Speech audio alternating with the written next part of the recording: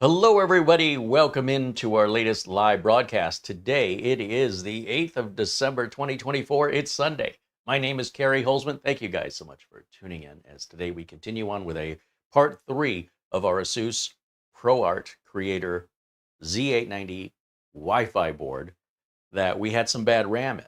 Now, I want to start off today's broadcast by letting you know there's been a massive change to our capture card, and I've been struggling with it. I knew I would. So everything's changed. Right now, we are using the new capture card, and we have a little story about this. Our friend Colin Hilton, who joins us all the way from England, had very generously contributed a capture card to us many years ago that enabled us to go multi-camera live. Prior to that, I was using these USB connections, USB video capture cards that I needed, one per camera. They would heat up and they'd start dropping frames and failing and have to be unplugged and plugged back in again for the length of my videos. And Colin was kind enough, very generous in fact, to enable us to get one of these capture cards here. This is the Magewell, where is it? Right here. This was $899 for a 4-port HDMI capture card. And they still sell for the exact same amount of money today. But this is 1080, and we were thinking we'd like to go to 4K. Well, Magewell sells a similar card that'll do 4K with 4 ports, but 2 of the ports are pass-throughs, so it's really only a 2 input with 2 output. That's $1,700. And it wouldn't fit our needs anyway. So the next on the list, as far as quality goes, is this company here. Let me step back up to the camera. This is a company called Blackmagic. Now, they work a lot in professional film and television. They're the ones who've created DaVinci Resolve, and they have all kinds of unique and very complex, detailed studio Hollywood level grade equipment. This is not an easy device to work. In fact, nothing they make is easy, and their support is next to non-existent. As a company, I think they're terrible, but their products, well, no one really holds a candle to them as they set the market for everybody else to follow. Now, as a YouTube content creator, couldn't I just use an Elgato capture card? Maybe. It does appear that they've stopped making those for some reason. They did have a 4K capture card at one time. And apparently the quality in filmmaking is too low, but the quality for YouTube is fine for streaming. But I wanted to try this first. And in trying to set this up with 4K, I can't get a 4K signal to register in this. And there doesn't appear to be any manual controls. That's why I say it's a very, very technical piece of kit that you really have to understand if you're using the right, HDMI 2.0B cables or better, like 2.1s. If you're using SDI out or HDMI out, that your camera is set up correctly, that your frame rate is set up correctly. Even the audio capture on this is different. So everything about this stream may seem different. I'm hoping to have dialed it in, but I really don't know. The audio delay on this is really, really bad. So I've had to adjust some settings. And again, with Blackmagic products, you accommodate to their requirements. They do not accommodate to you. And if you don't like that, don't buy it, because they're at another level. They're not for the home user. They're not there to support you. If you don't know what you're buying and you don't understand how to use it, don't buy Blackmagic products. I'm just telling you, that is the attitude of the company. Now, there are lots of videos online, though not many on this, that get into any detail. For example, this has a built-in USB port. What's that for? It's my understanding that you can convert this to a webcam using the USB, but some people falsely claim you need to plug in the USB to give this power. And this needs a lot of lanes of traffic. You're going to need at least 8 lanes of traffic on a PCIe bus. And you likely only get one PCI 16. And if you attach something else next to it at by 8, then they both drop to by 8, because there's only so much bandwidth that consumer CPU has. So if you don't mind your GPU running at by 8, and then this in the card slot, the next slot running at by 8, you're good. Anything less than by 8, you don't have enough bandwidth for 4K inputs. That's another problem. You need a pretty high-end piece of computer equipment to run this. Ideally, you'll have Threadripper or Xeon, something really, really high-end or pull your GPU out, use an internal GPU, assuming it's a powerful internal GPU, and then put this in the slot your graphics card would go. Because this is moving a ton of bandwidth, right? If you understand the, the bit rate and math involved in doing one 4K stream, multiply that times 4. So you also have to have the bandwidth on your network and the bandwidth on your ISP. Long story short is I was playing with this a bit last night, and I've got to be in a special mood because this was really getting me upset. And this is what they did last time I tried them. And when I reached out to their support, it was like I was talking to the Flintstones. Like such a high technical company wants me to fill out forms, not even a PDF. They want me to they want me to print out a form and then write down in my handwritten answers, scan it and mail it back. That's their level of support they had, at least back then. No PDF. It was just like, answer the questions in this email, print this out, write them in, scan it, send it back. Really, you're a high-tech company and this is how you work?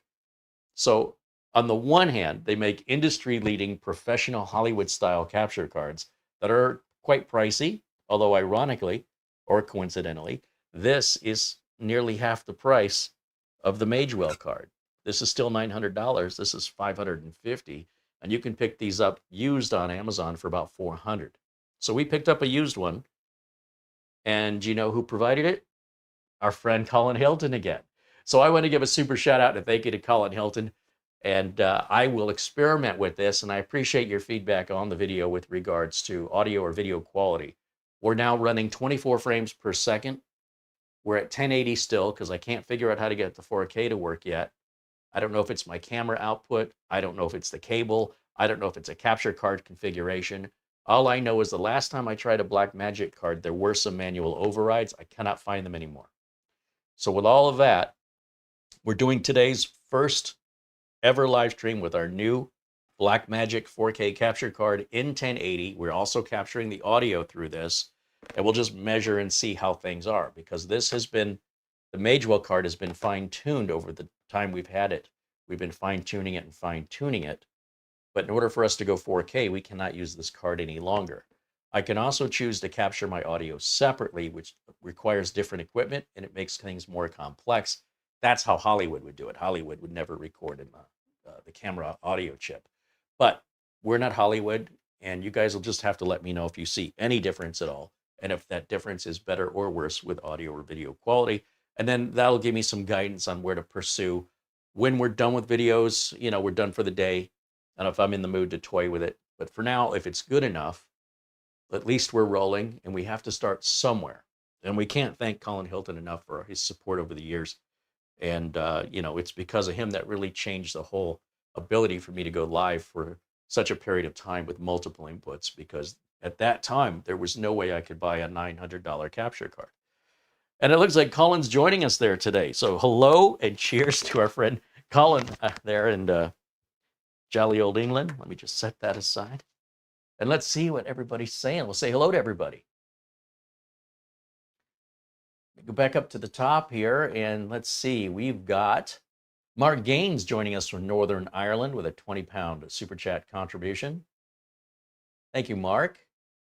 David Graham saying hello. Jonathan says hello. Hello to Matthew Bird and Mark Baggett. Of course, Mars in our chat room, as always. Marsman50 says good afternoon. There's our friend Buster joining us from Scotland. Contributes 10 pounds and says good evening, Carey and Marlena and everyone in the chat. All the best from Bonnie, Scotland, where the temperature in Edinburgh is 44 degrees Fahrenheit or 6.6 degrees Celsius.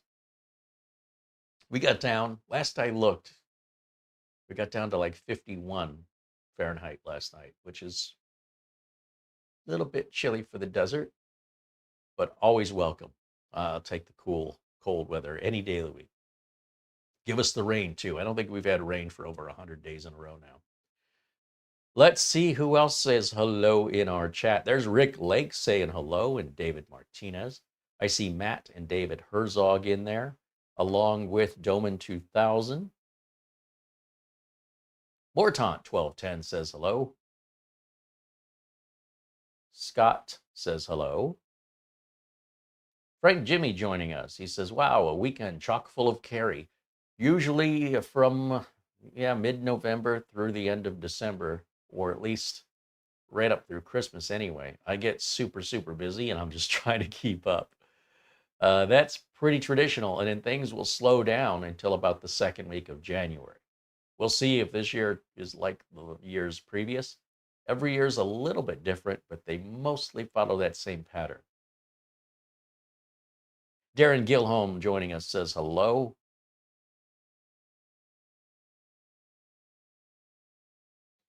William Denton joining us says hello. There's Richard DeFries and David Moore.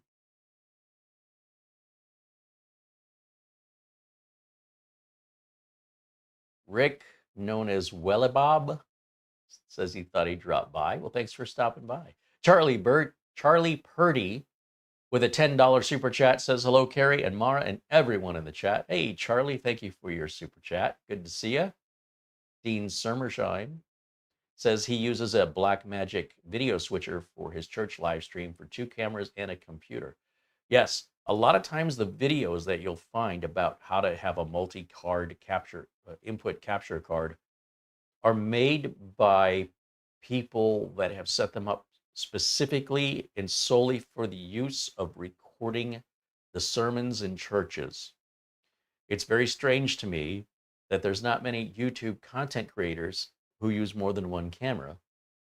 And Blackmagic also makes the physical switcher units that OBS emulates, right? We can do everything those switchers do to a much greater granular control in OBS, which is free, versus buying a multi-$1,000 switching unit. So for me to go to the switching unit might solve this problem because everything's hardwired, but at the same time, I'd have to have a control board and I'd have to manually switch camera inputs by physically pushing buttons that are assigned, which is, to me, the 1970s way of doing things. I think the buttons and dials are cool, okay, but they're not practical when all it's emulating is basically a little computer inside of it, when we can do that on our computer here and have a lot more variance with window sizes, and we can do it so much faster with a mouse than trying to find the right button. So, after a while, you start learning where the buttons are like a piano, and you don't even have to look at them. It would take me a while to get there, and we wouldn't have room for it. So in one way, it simplifies things. Another way, it minimizes your control, and the complexity increases with something like that. If you wanted to, when I'm resizing a window, I grab the corner of the window and I drag it to precisely what size I want it, and I can move the whole window anywhere in the screen. With these video switchers, they're usually pre-assigned, or you can program them, but you better program them before the show's ready. Have it ready and think about where you're going to want it. Because we're constantly moving equipment around the desk, and I never quite know what's going to happen since these are live and unscripted, it's not as simple as say a church where there's always going to be the lectern or the podium is always going to be in one place, and you might want a camera view there. The audience will be in one place. You might want a cutaway of the audience. You see, like, none of that moves around. So you can set all that up prior to the event beginning. And then when the event does start, you already have your cameras pre-programmed and your switch is pre-programmed. So we're on the fly, and I think OBS is the future. Software is the way to go rather than a dedicated piece of hardware. I don't need a separate garage door opener anymore, or a separate calculator, or a separate flash drive, or a separate camera, or a separate phone, or everything's converged into my cell phone. I don't need a GPS anymore, right? Because all of those had little dedicated computers. Well, now I have a phone that's a much more powerful dedicated computer that can do what each of these individual devices did, and it can do it better than those devices did. MP3 player, the list goes on and on and on. In that way, OBS is that for a physical switcher. But you still won't see, generally speaking, professional studios using anything but physical switchers. And that's just the way it is. Change comes slowly through these large unionized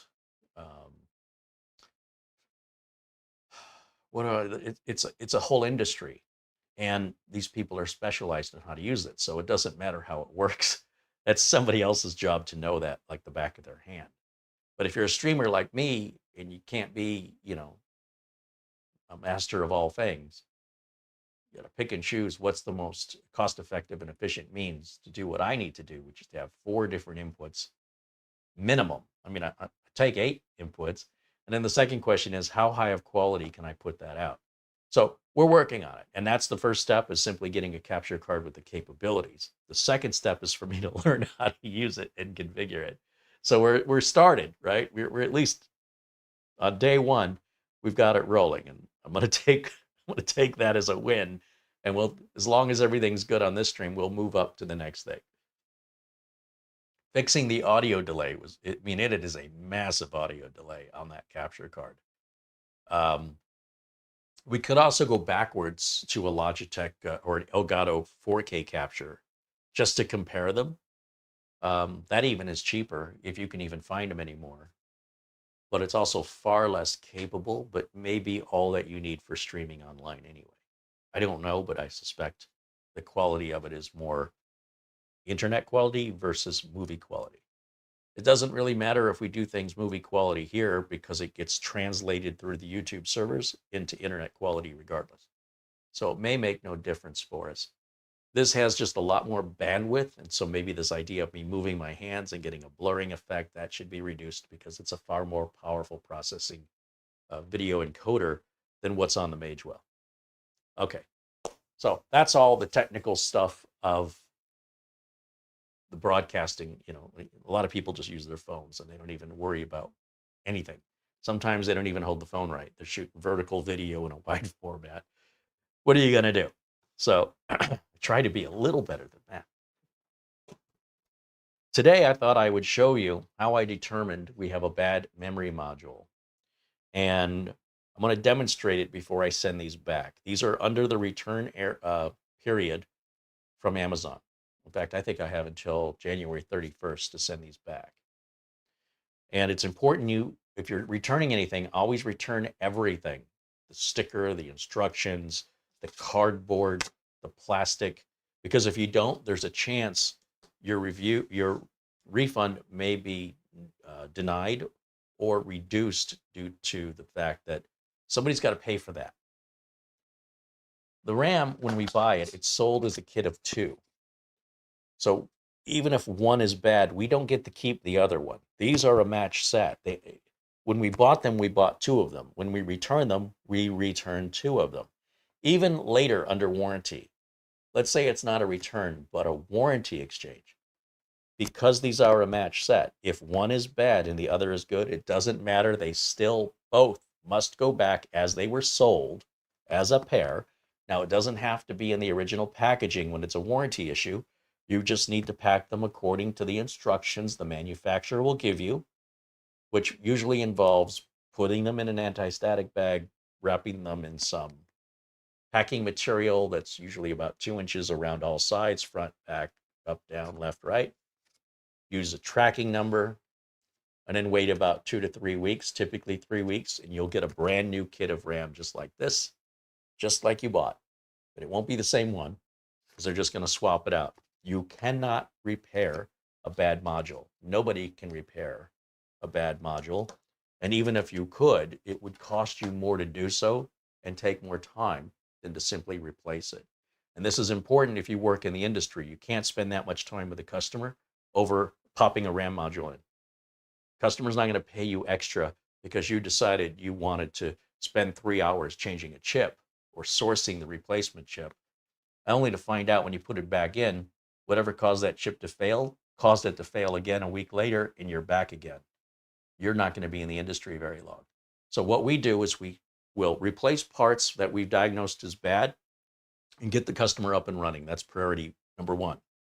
Priority number 2 is we'll take the bad parts back, and on our own time, we'll go through the administrative process of filing for the returns or determining if we just want to recycle it and get rid of it, because sometimes that's cheaper depending on how busy we are and how much something is worth. Now, given that these were brand new, we have this first 30-day period of returns, which many retailers offer, which is just a lot easier than going through the RMA process, because RMA is a return material authorization. That means you need the permission. That means you're going to talk to tech support. And that means tech support's going to assume you've misdiagnosed your problem and you're going to send us perfectly good working RAM, wasting our time and money. So you will follow these steps and you will tell us the answers to our questions. And then based on that, we'll determine if we're going to authorize your return. We're going to verify. You don't get to decide your RAM is bad. They do. It's not really, it is not in your authority to make that decision. You have to ask permission. That is universal across all returns with manufacturers. When it comes to retailers like Amazon or Best Buy, then you have a return window. I think Micro Center, their return window on a laptop is about 15 days. That's it. So you better make up your mind quick. If you have any problems with that laptop after 15 days, you'll be dealing with the manufacturer because that's your laptop now. And the manufacturer, well, they sold it to Micro Center, right? So they're not offering you a refund. Micro Center profited off of that. The only place you could get a refund is from the place you bought it, period. So if you bought it at Micro Center, and Micro Center says you have 15 days for a refund, and you go to day 17 and you want a refund, well, you can decide if you want to fight that fight, but chances are you're not winning that fight.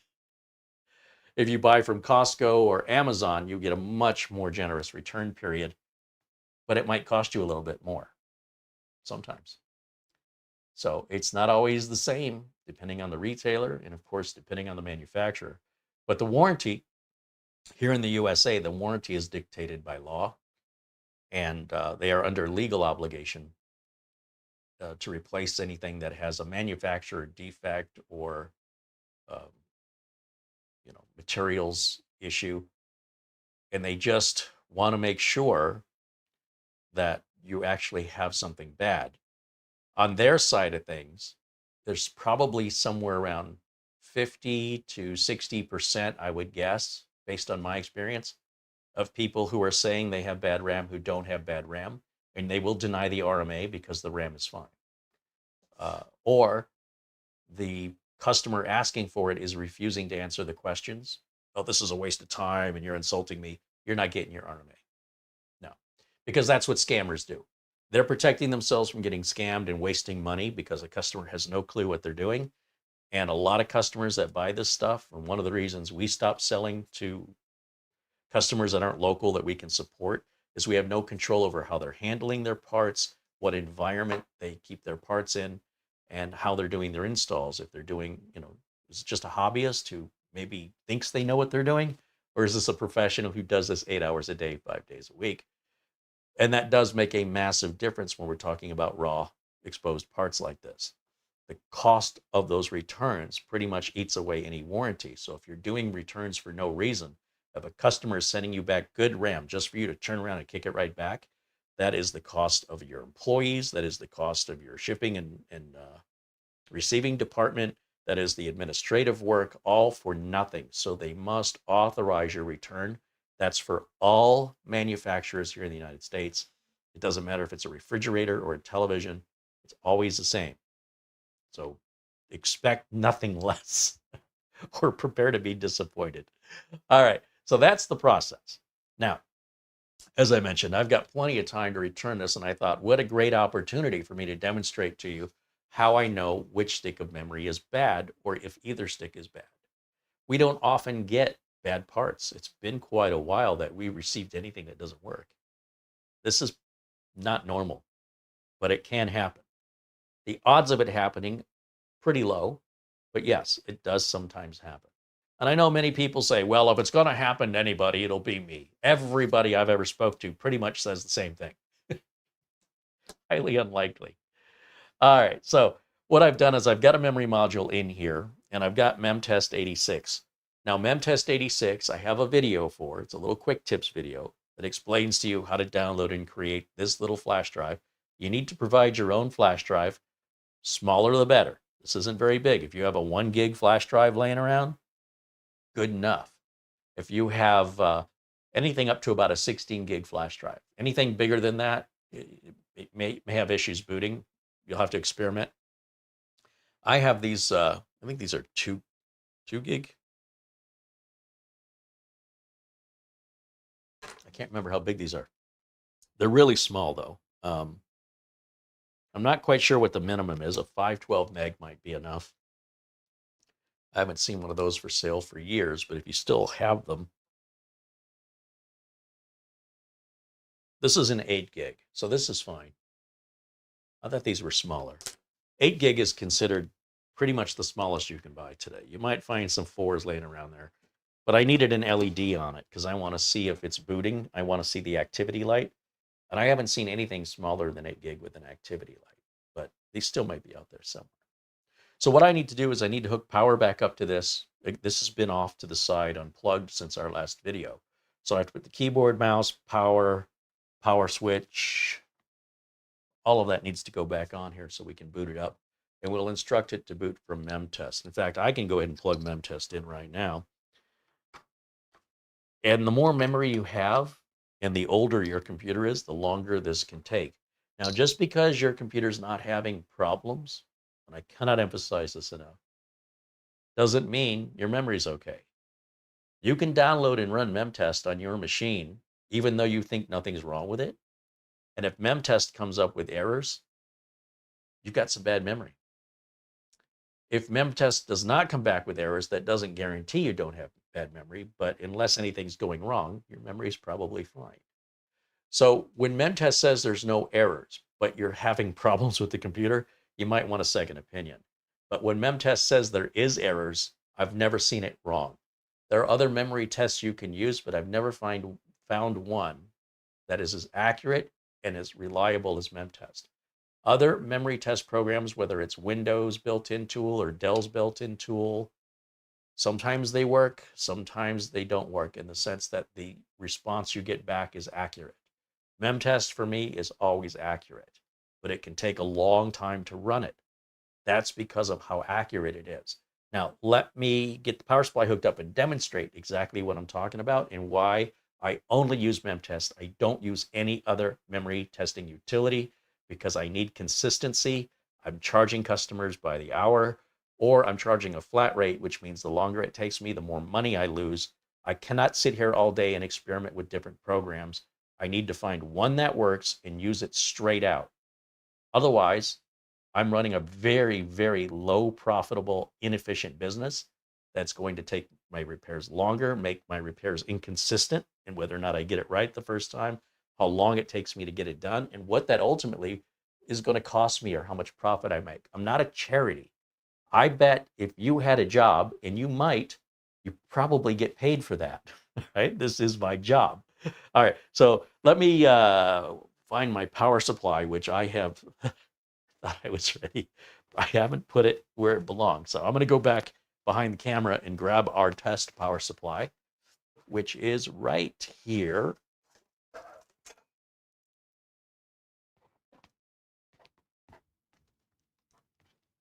Now, like any profitable business, I like to give back to my community when things are well. You know, when we're doing well financially, you'll often find we're doing our giveaways, things like the veterans. We've been in a tough place in 2024. I hope we're going to come back out of it, get back to the way things were, or we're in an industry that's fading. I'm just not sure which one it is, but this is what I love to do. And you'll often find the giveaways happen when things are going well, and the giveaways stop when we can't afford to do it anymore. So while we're not a charity, we do charitable work when we can afford it. But that's because of profits we're making. Now, if you choose to go to work and work for free, that's great. I wish I had somebody else paying my bills because I would love to do that if I had a choice. Now, let's get this hooked up. It's a little wonky to work with it on the desk here. Move this over, plug that in. There we go. And then we need some CPU power over here. Here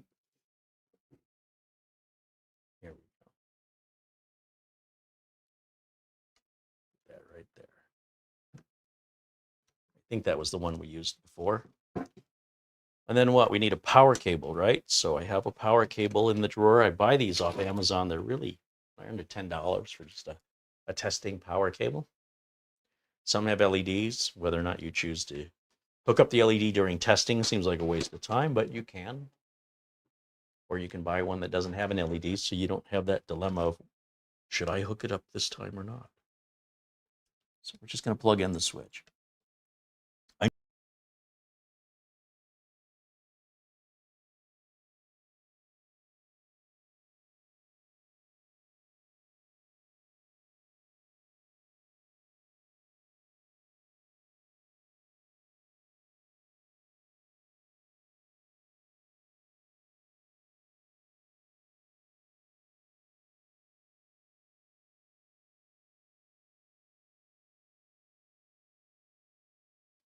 Looks like I might have bumped the keyboard right there.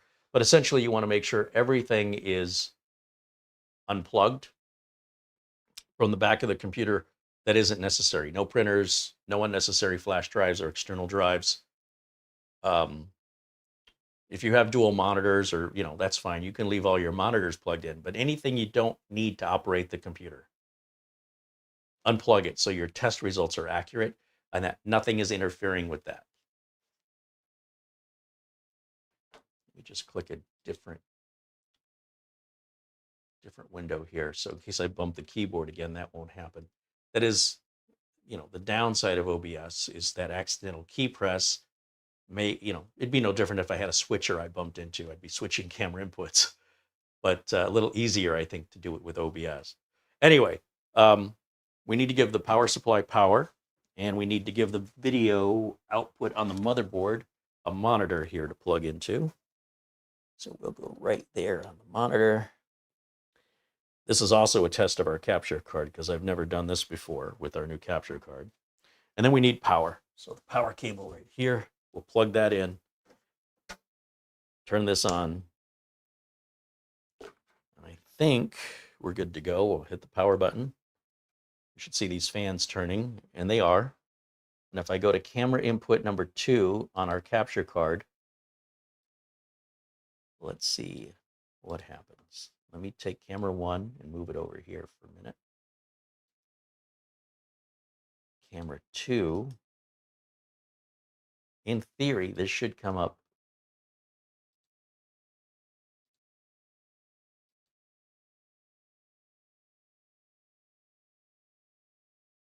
It should be that one right there. There it is. Okay. Looks like our got a couple black bars on each side here. Properties. Device default. I think we're okay. Just don't understand why we've got black bars there.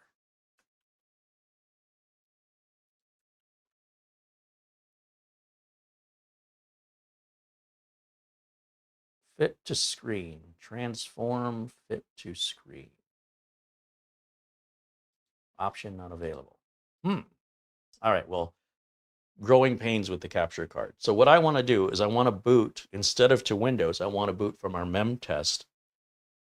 And again, we have a video showing you how to create your memtest boot drive. So we won't replicate that here. Instead, what I'm going to do is, first of all, I've got to grab the right keyboard and mouse. Turn the mouse on. I suppose that would help, huh? Let me go full screen because I can't really see it.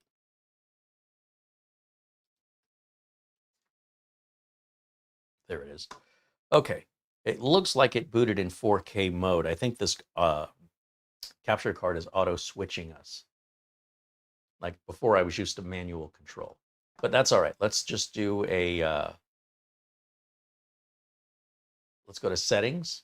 All right. Let's go to Windows Update. And let's go to Advanced Options, Recovery, Advanced Startup, Restart Now, Confirm. And it'll give us the option if we want to restart to a device or restart into the BIOS. We can also hit delete at the right time, to get into the BIOS or to choose our boot mode. There's multiple ways we can do this, but I thought since we're in Windows anyway, let's just take the easy way out. Easy way if it works, not the easy way if it doesn't. And in just a moment here, we're going to get a separate advanced startup menu, which should come up here in just a moment.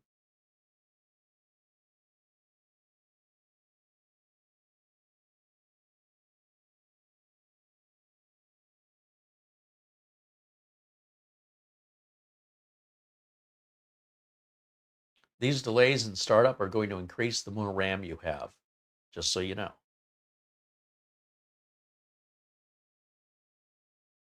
I do see my flash drive intermittently blinking on and off, which is unusual. It shouldn't be doing that yet, but I think the BIOS is getting a little confused with our flash drive. And this can happen if you're using an incompatible flash drive with the device, or if the USB port you're using for some reason or another is conflicting with the device. And if this happens, the first thing you should do is just pull the USB device out, and then we can plug it back in again, assuming things start back up, which they don't appear to have done. I'm a little confused. Or either that or our new capture card isn't accurately showing me what's on the screen. So I'm going to try turning that off and back on again just to see if that makes. And see, the other capture card, it would say no signal. It would give us something indicating something's wrong. When this capture card gives us a blank screen either way, even if it's a synchronization issue. So I'm going to just try switching the inputs back and forth just to see if, because I think the system's there waiting for us and our new capture card isn't showing it. And again, I'm going to put that on me for just not having it configured correctly. Yeah, that is exactly what had happened. It did not resynchronize. Hence, like it was in 4K mode, and then this dropped back down to 1080, and now it won't synchronize at 4K until I disable and re-enable it. So that's not normally a Hollywood issue, right? People in Hollywood wouldn't have that. It had nothing to do with our flash drive. So I'll plug the flash drive back in here, and we'll give it a second to initialize. And then we're going to go over to here, use a device. I'm not sure this will appear. Yeah, there it is. This is our 2.0 Silicon Power 8 gig flash drive. We'll tap that. Now remember, if it boots into yet another mode like 800 by 600, our screen is going to stay black on this capture card. What I'll probably end up having to do is to pull this capture card, put it into a sample system, and just run tests on it. See, now there, it's synchronized fine. Interesting. Let's see what happens next. It should start booting to memtest 86. I see my flash drive is blinking. Nothing happening on the screen. There it goes. There was a logo screen that we never saw, but that's okay. We'll just let this a memtest logo screen. Or this just took a little while to start. I'm not sure. I don't have this whole process memorized, but so far so good. I'm just paranoid now that the capture card's going to need to be resynced again. Learning curve with a new capture card. This does take a few seconds to load up. This is hands off. You don't have to push any buttons or press any keys. Just leave it alone. And you're going to get a welcome screen here in just a moment. Okay, that's the screen I was looking for. And at the top of the screen, there's a countdown right next to my picture. It's saying 4, 3, 2, 1. Okay, just hands off. Let it count down, and it'll just run the default. And that default, just to let you know, let's go over here for a second. That default is to run 13 different tests. So you'll see right now in the highlighted section, it says we're running test number 3. There will be 13 tests, so this can take quite a while. Down in the bottom left, sort in the middle of the screen where the text stops there at the middle, it says time, and it says 33 seconds have gone by. Now, until it does all of the 13 tests, and depending on how much RAM you have, also depending on the speed of your system, this test could happen in 15 minutes or in 3 hours. It will want to do 4 loops by default. It'll want to do all 13 tests 4 times.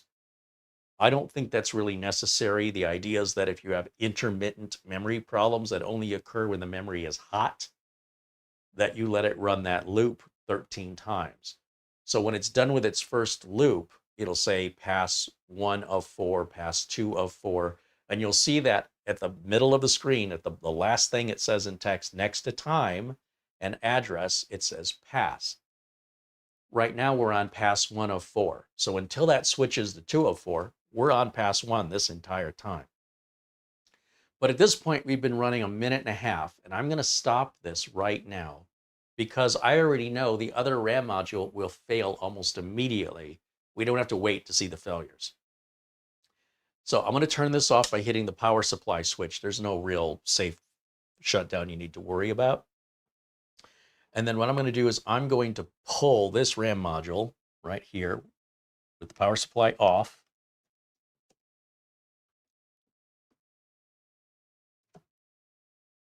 little hard to work around backwards here.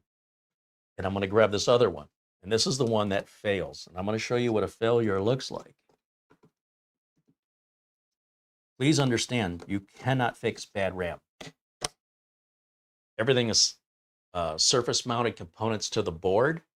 And when the RAM fails, it must be sent back to the manufacturer for replacement. Or you need to just go buy some new RAM or just take the bad RAM out. As long as you have some RAM that's working, your system will still work. So with the power supply back on, we're going to turn the power back on. And once again, I'll start pressing delete on the keyboard.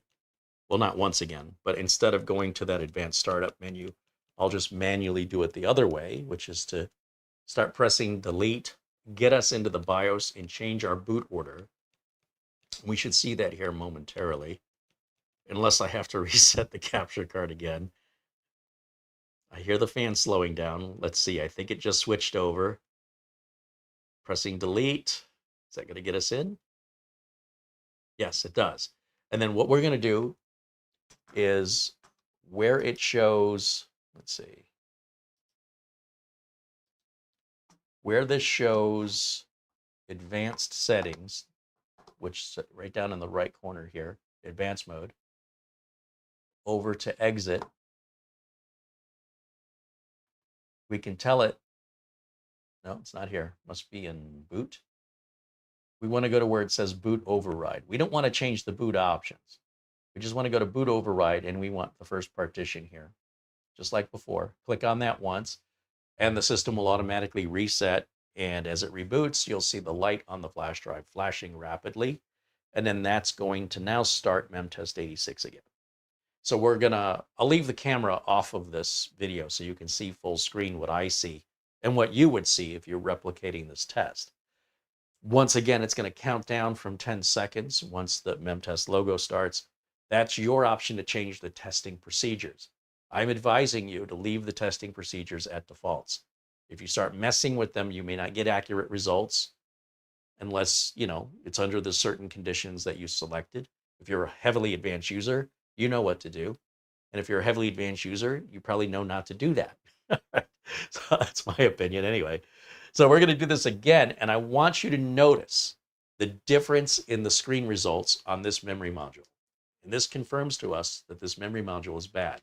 We don't need to waste money on a hardware memory tester. That's a waste of money because the memory standards keep changing. So you'd have to buy one memory tester for DDR4, one memory tester for DDR5, another memory tester for DDR6, and they cost about $600 to $1,200 a piece. Now, immediately you start seeing all of this text in red. After 10 seconds of this test, this memory is failing. If you see any of this on your computer, you cannot fix it. You must determine which module is bad by testing them one at a time. So the first thing I would do, if I wasn't certain and I just wanted to check my computer, just leave all the memory in it as is and run MemTest with all your memory in it. If you get any red errors, it doesn't tell you which memory module it is. So if you've got 4 modules installed, the best thing you can do, in my opinion, is take out half of them. However many you have, take out half. Run the test again. That whittles down whether or not you got the good half, or if your module's in the half you left in, or the bad module's in the half you took out. It's real easy, but it can take a lot of time. Now, the minute you see the red, there's no sense running this test anymore. Bottom line is, once you see the red text, you've just confirmed what you thought was the problem was bad RAM. It doesn't get any better.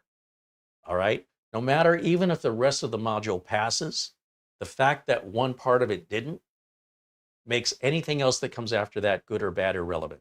It could go on bad from now until the cows come home, or it may just hit that one bad point. Doesn't matter. The result is the same. It's bad. It must be replaced. That's it. That's as simple. Don't overthink it. It's very quick to fix. You pop a module in and you get on with life. Now, if we had put both modules in and tested this would immediately pop up with errors no differently. However, you need to run all 13 of the tests to ensure that every part of the function of the memory for all your memory modules are working together. Sometimes they work individually, but not together. And that may be because of a bad memory controller. So we don't often see that, but it's definitely possible. Sometimes simply changing the brand of memory fixes that problem. And then you could put the memory in a whole different system and it works fine, and it just doesn't make any sense. No, it does make sense. It's a memory controller compatibility issue, and that's usually addressed with BIOS updates, or you can have a bad memory controller on your CPU. But again, the odds of that, very, very low. So these are the modules. Could you have bad memory slots? I think that would be obvious if you've, like, that's not common. Somebody would have to have damaged the slots. So if you don't have a clue what you're doing, or you're a technician going to a customer's home, and that customer is not a tech, it's somebody who saw some video, on YouTube, and then they didn't put the RAM in straight and they busted their socket. That's about the only way that ever happens. Sloppy work, no lack of attention. There's a lack of attention to detail. That should be one of the hardest things you can do, is damage a memory socket. They're quite difficult to damage. Customers can do that. And you'll know that because no matter what memory module you put in that slot, it will fail because the slot is what's bad. In this case, and the reason that we don't need to switch slots is we've verified that the first memory module we tested passed the test. So we know there's nothing wrong with the slot or the memory module. When we switched the memory module and put it into the exact same slot, that memory module failed. Therefore, we know for a fact it's not our slot. If both memory modules fail in that slot, then yes, try a different slot. You don't have to use that one slot. Your computer will boot in any of them.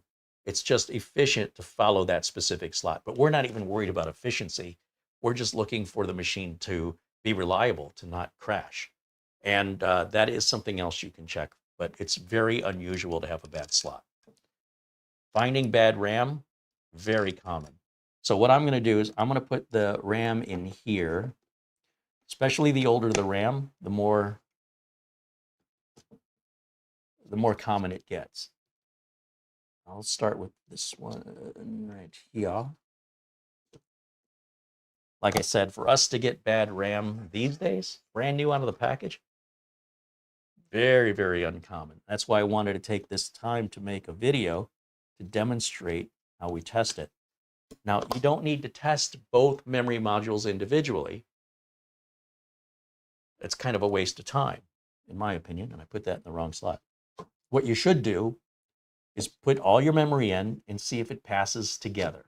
If so, you're done. You don't have to sit there and keep repeating the test unless it fails, and then you're repeating the test to whittle down which of the memory modules are failing. Could be more than one, but it's usually only one. That did not sound good. Wow, that did not sound good. Why did that?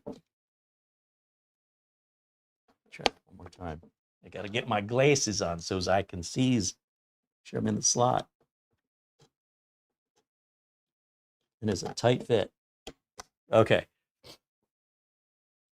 With both memory modules in, we're going to fire this back up. We're going to boot back to memtest 86 again.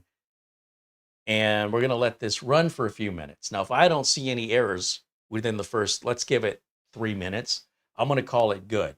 But after the live stream, I'll let it run the hour and a half or 2 hours before I would ever put this into production, because I don't want to waste an hour and a half or 2 hours on live stream watching memtest run. I just want to make sure we're not getting that same sort of immediate response that we were getting before. So let me go ahead and fire this back up. Turn the power supply back on. And then I'll put camera 1 back in a corner here. Maybe like that. Then we'll start hitting delete. Hopefully we'll get the power on self-test screen here in just a second.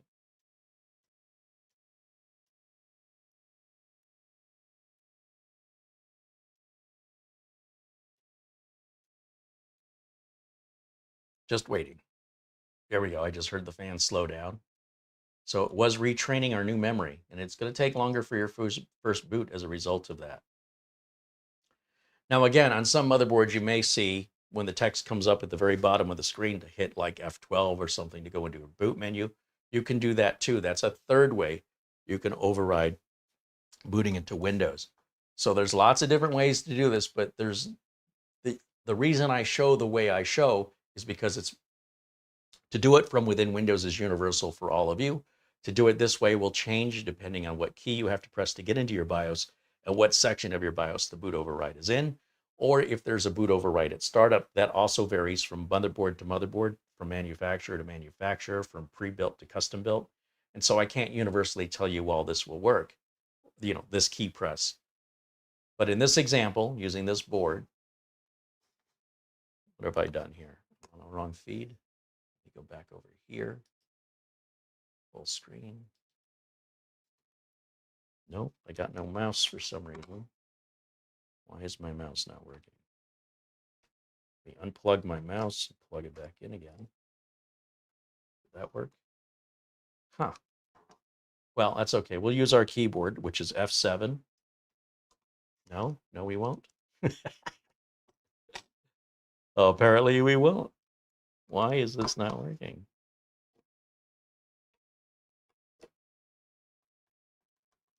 Interesting. So the only thing we've changed is the RAM. Do we have another RAM issue here? Or do we just have a flaky startup? Let's shut the power supply off. And let's try this one more time. Wait for the fans to stop. Turn this on. Hit our power button. I mean, clearly delete brought us into the BIOS, so the keyboard did work. Not sure what happened there. Let's take another look at our boot options. I think F12 is it that gets us to a boot menu? F4. F4 is the boot to the UEFI, is that right?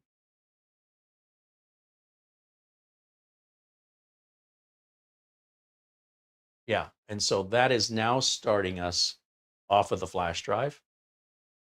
And let's just see what happens with both memory modules. Now, if we have one of these modules failing as well, that's going to suggest to me that something's going on at G.SKILL or with the batch of memory.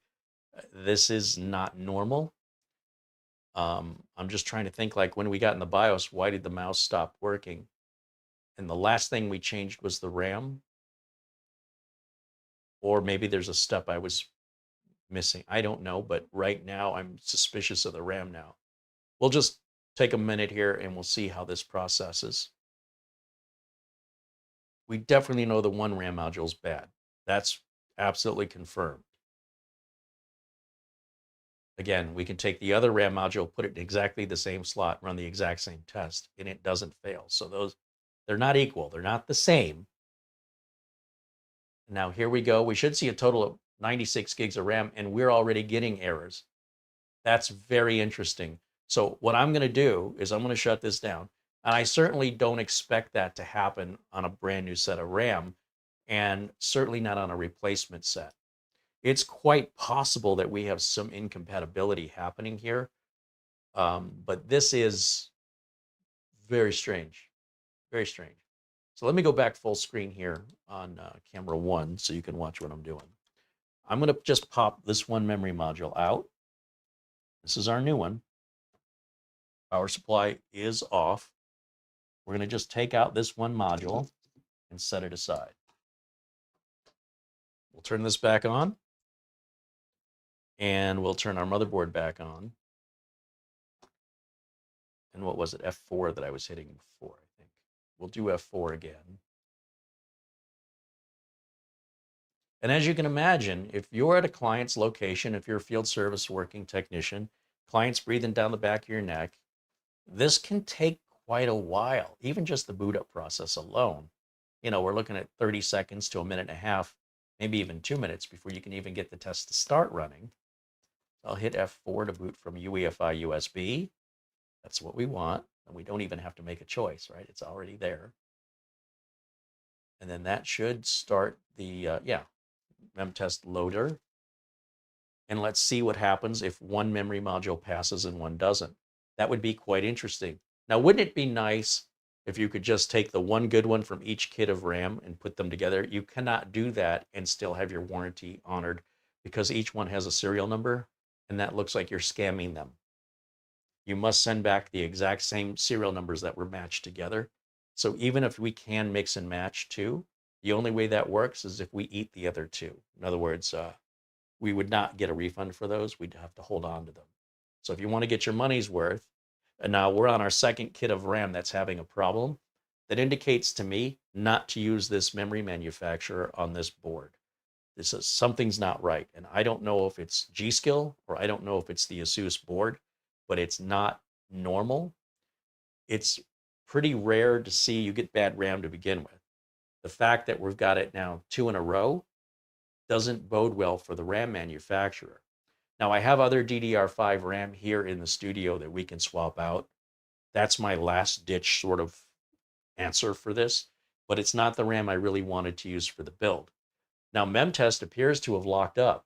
That's interesting. We would have started by now. That tells me that RAM module is bad. So I'll once again turn the power supply off. We're going to come over here. Actually, I put that in a different slot than I normally would. Let me just try this in the other slot just to verify, because normally when you use one RAM module, you would install it in the slot second away from the CPU. Let me make sure I've got it seated in there straight. Just take a quick look. Make sure very delicately the RAM is in the tracks.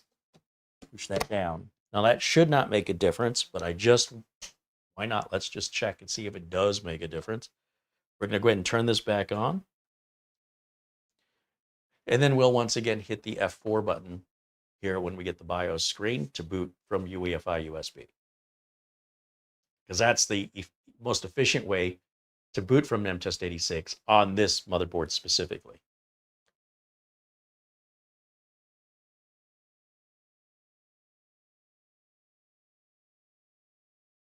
Okay, just heard the fan slow down, so I'll start pressing F4. There we go. Hopefully that'll start booting to our MemTest USB again. Let's see if MemTest even starts this time.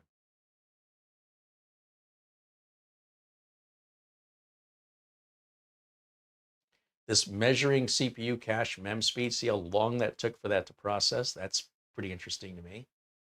It's getting the memory size. Still progressing though. It does feel like it's progressing slowly, but these are 48 gigs each, and they will take longer than a 16 gig module or an 8 gig module to get through these settings, right? There's more to check, there's more to measure. That's why I say sometimes adding more memory slows your computer down. It depends on what you're using your computer for. In many cases, adding more memory doesn't make a difference one way or the other. If you're not using it, it's the same as not having it. Here we go. Will we get past this? You see, the memory, if it's bad, it's going to operate the exact same way consistently no matter what slot you put it in. And I just wanted to verify that we weren't going to get, our countdown this time where we didn't get it before. All right, so that just leaves one more memory module for us to test out of our brand new kit, because the kit came with two. So we'll pop this one out, which may be bad, or we could have a significant compatibility consideration, though it wouldn't explain why the other module works fine. We could be more than likely dealing with just a bad batch of memory. The only way to really know is to have another motherboard to test it in, like a different make and model, and see if that works. But I honestly don't have time for that, so we'll just fire this up. Once again, we'll do the F4. We'll try MemTest, see if it loads. If one module is consistently working and one isn't, that suggests to me that we've got a bad batch of memory. That whole lot from G.SKILL clearly is bad. I do have some other memory here that we can run, or we can continue running our testing with just one module. I mean, that's still 48 gigs of RAM. It's just not going to be dual channel. And a board like this is all about performance, and to not run it in dual channel because it's good enough, you could have saved money and just bought a cheaper board. But as far as like getting on with the live video, well, again, I did press F4 while I'm talking to you guys. and we'll go through this process one more time. Maybe both modules are bad. We do have one module that works perfectly, so we know it's not the entire series of RAM because there's no consistency there. If they all failed consistently, we could say maybe it's a compatibility problem. But if one works and one doesn't, that doesn't sound like a compatibility problem to me. That sounds like a manufacturing problem. And these are all conclusions based on experience and logic, process of deduction. Now, while that's loading, let's see, do we get our countdown this time? Oh, it's gotten, so the whole problem's gotten worse. Now, both modules are exhibiting the exact same symptom, and that suggests to me that this is a compatibility problem. Is this on G.SKILL or is this on ASUS? In most cases, what these BIOS updates do on these brand new boards is resolve exactly these kind of issues. Or if we're using a beta BIOS, which I think we might have thrown on here, they can cause these issues. But just for grins and giggles, what I'm going to do is I'm going to bring us, let's turn this off. Let's bring us back over here to camera 1. Let's go ahead and pull this memory module, and we don't want to mix these up. Remember, they have serial numbers, and so we want to keep our old kit away from our new kit. That's why I've kept the cardboard backing here, because this has our serial numbers to match with what's on the RAM. So to ensure when I send it back, I'm sending back the right set. If I don't send back the right set, they might kick the return back to me, no differently than if I'm returning a different product. Different serial number is a different product. Now I'm going to step back behind the camera and look through my inventory. I'm sure I have some DDR5 in here. What is this? T-Create 5600 Creators Classic DDR5. All right, well, it was my intention to put, 96 gigs in this, but for today's video, I have this sitting on the inventory shelf, a completely different brand. And let's see if we have different luck with a different brand. For everything we're going to do in today's video, we wouldn't be using 96 gigs of RAM. That's in production. When the machine is actually deployed and it's being used, everything we show you here on camera, I don't know that we've ever needed a demonstration of 96 gigs of RAM in anything we've ever shown. Okay, so now we've got the T-Create DDR5 32 gig kit. This is two sticks of RAM that are 16 gigs each.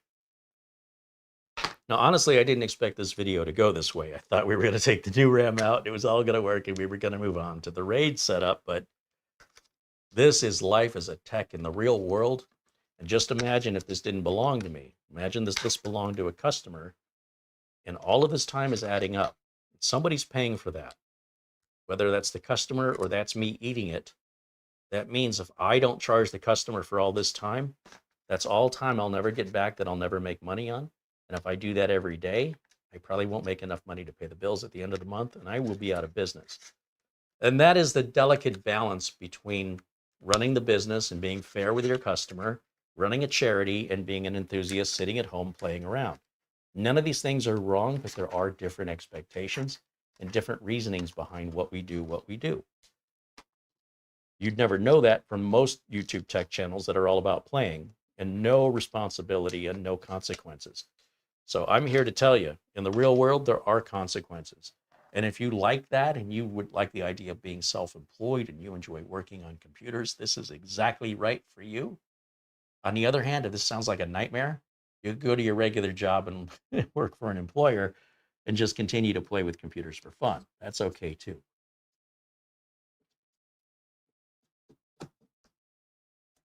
That RAM actually looks better in there. If I have to send, well, I will be sending back this G.SKILL RAM. I will not be buying G.SKILL RAM to go back in here. If this Team Group RAM works, then guess what? We'll be buying a set of 96 gig Team Group instead. Non-RGB, because I want it to, I want it to have a subtle professional look. And I want it to be black to match the motherboard. So with that, let's fire this back up one more time. Power supply on. We'll go back over to minimizing camera 1. We're not minimizing it, but moving it into a corner. And then once again, F4 on the keyboard. When I hear these fans slow down, I'm going to hit F4.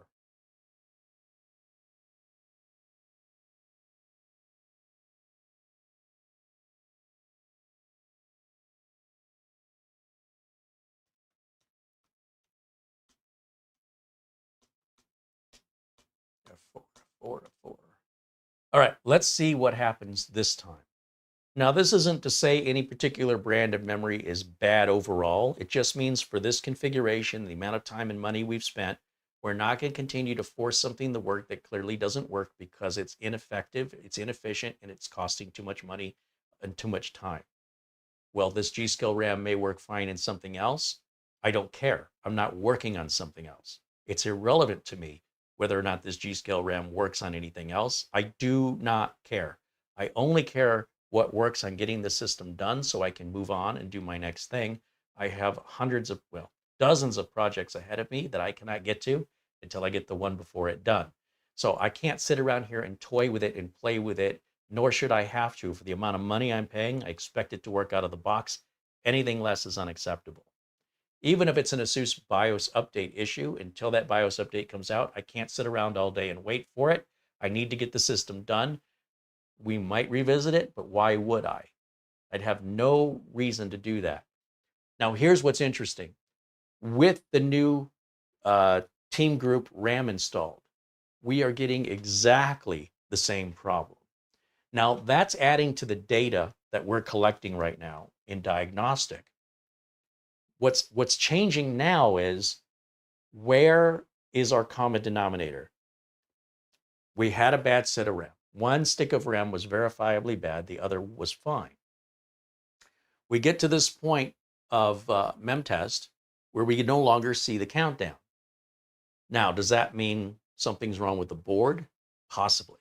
Does that mean something's wrong with the BIOS, with a totally different manufacturer, a totally different, unrelated memory size capacity on each stick? Possibly. Does that mean our sockets are bad? No, because we tried different sockets and got the same result.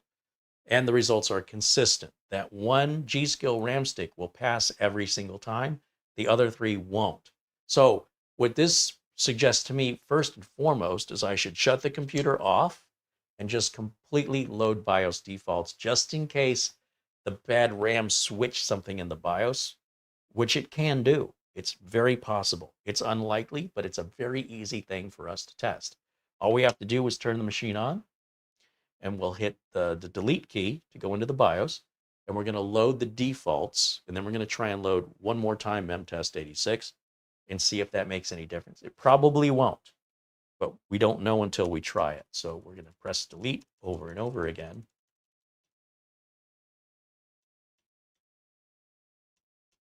And then we're going to go over to advanced, which is, see, now my mouse is working.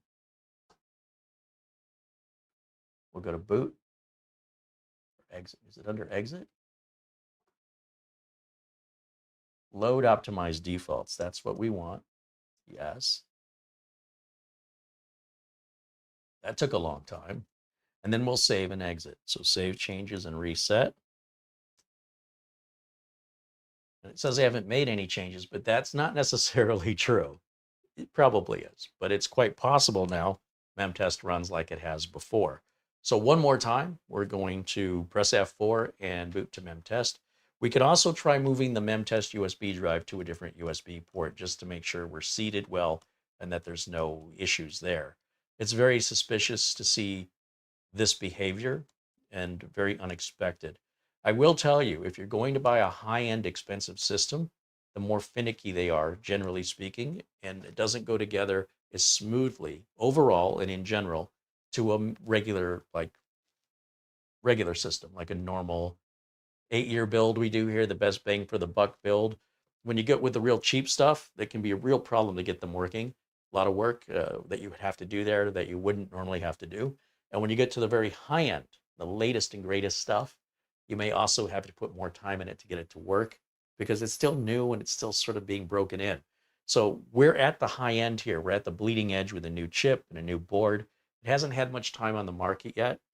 And so these issues are the issues we experience as pioneers, being the earliest of folks adopting them.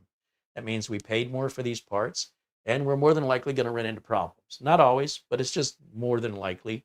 If you're going to run into problems, the newer the stuff is that you just bought, the earlier you jump into it in the market, the more money you're going to pay, and the more likely you're going to have issues like this. That's just the way the industry works. It's always been this way. Sometimes you get lucky and it all slaps together and works fine. Today, we're not being very lucky. All right, so right now, it says, please select an icon to continue. Use the left or right mouse key. Now, you shouldn't have to use anything. It's supposed to default to a auto run scenario. And when it's asking for an icon, it's referring to exit or config, right? So if we go down here to config, for some reason, our auto run has not begun. And you can see you can change all these things, and all we want to do is start the test. Now, by forcing the test to start, we can make it run. However, it's supposed to auto run. And I don't know if that's happening because the UEFI boot is choosing a different option. And that's quite interesting to me, because what that means is we may need to go back to the original replacement RAM and see if that's working. As you can imagine, this can be a massive time suck. So if you're working for me and I send you out to do a simple job and you come back in 4 or 5 hours, and I'm like, why did it take you 4 or 5 hours to do that 1 hour job? And you say, well, I was struggling with the RAM and testing it. Were you? Or did you just go hang out for a 2-hour lunch and then just decide to tell me it took you that long? This is the issue you can run into when you're working for an employer who's paying you on their behalf to go to a client and do the work. So it's important also that you're documenting either with your phone, with video, with photos, and that you're checking in with your office when things don't go well, because your office may say, we're going to send a specialist out that knows more about this than you, because we need you to do something else. Oftentimes, it's not your call.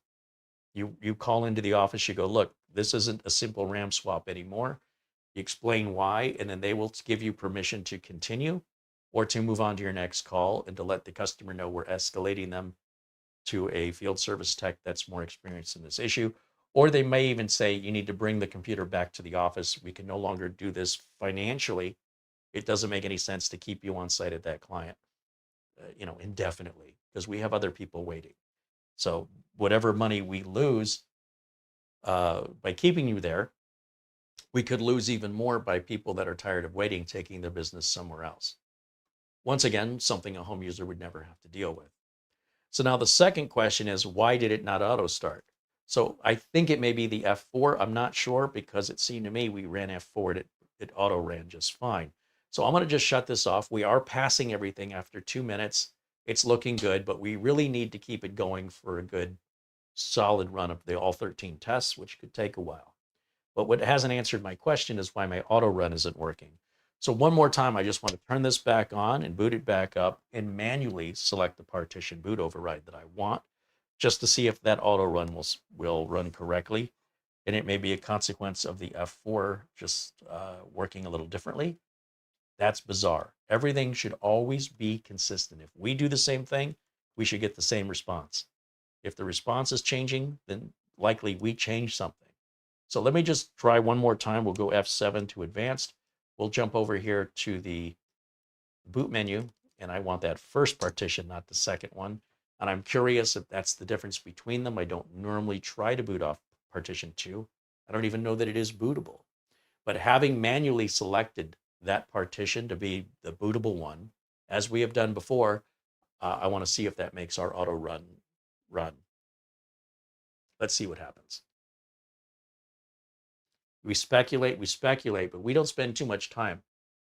The only reason we're speculating is to know which diagnostic tests to do as quickly as possible. We're not here to speculate for the next 3 hours. No, not on a test that takes 10 minutes. We speculate in order to understand what is the next logical test to run as quickly as we can. Beyond that, any speculation is a complete waste of time, because it's only the results that matter. But how do we get to the results? Well, we have to speculate which tests to run or what we think might be happening that's causing these inconsistencies. We're always looking for consistency with a computer. That's one thing you can count on. If you keep asking it to do the same thing, it'll do it precisely the way you asked it to every single time.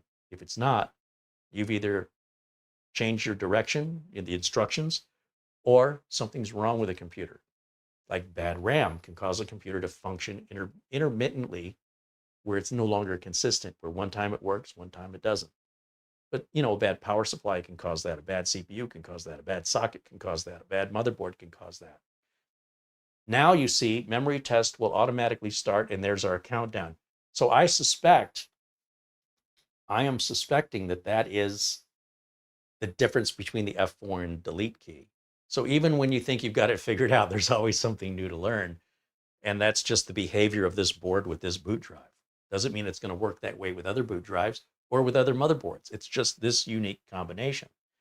One of the benefits you have working as a tech in a corporate environment is all the equipment's always the same.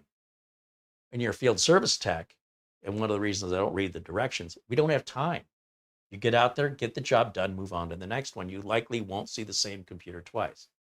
All right, that's all I needed to know. So I'm going to go ahead and shut this back off. And just for verification, now that I am aware of this, I want to put both of the replacement RAM modules back in. I suspect something's not right with them, but well, we already had a bad one, which shouldn't have happened. But I just want to be thorough, and I want to make sure when I'm sending my return in that I'm being very clear with Amazon why I'm sending this back again. And quite frankly, since I haven't sent the first set back, that means one trip to send them both back instead of two separate trips to the UPS store.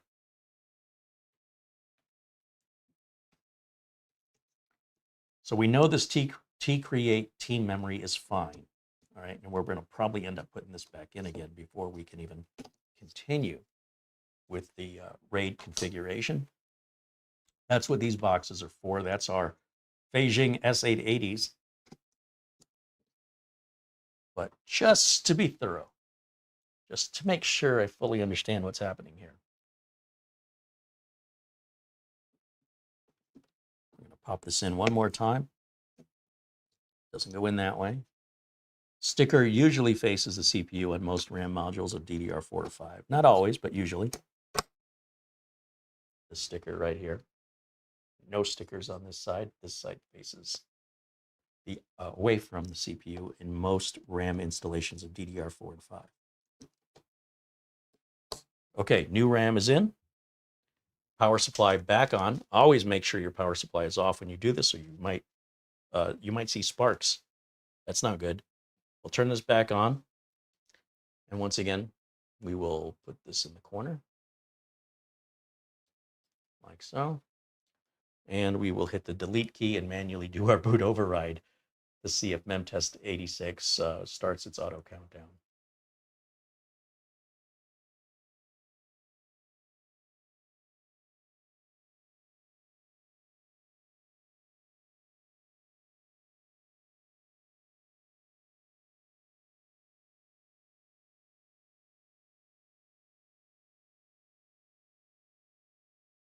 Okay, delete. There we go, F7, open to boot, override, enter. At least look how fast I'm getting at this now. Just like anything else, the more often you do it, the more efficient, the faster you're going to be. If you have another system that you can test the RAM in, that's all well and good, but likely if you're a field service tech, you wouldn't be able to do that till you get back to the office. And that's assuming your office even has the parts.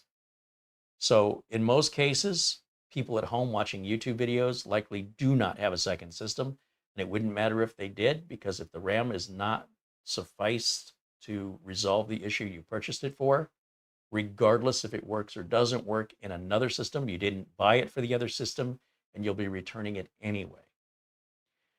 Usually, RAM works in all systems universally, and any RAM that doesn't, I would blame the RAM.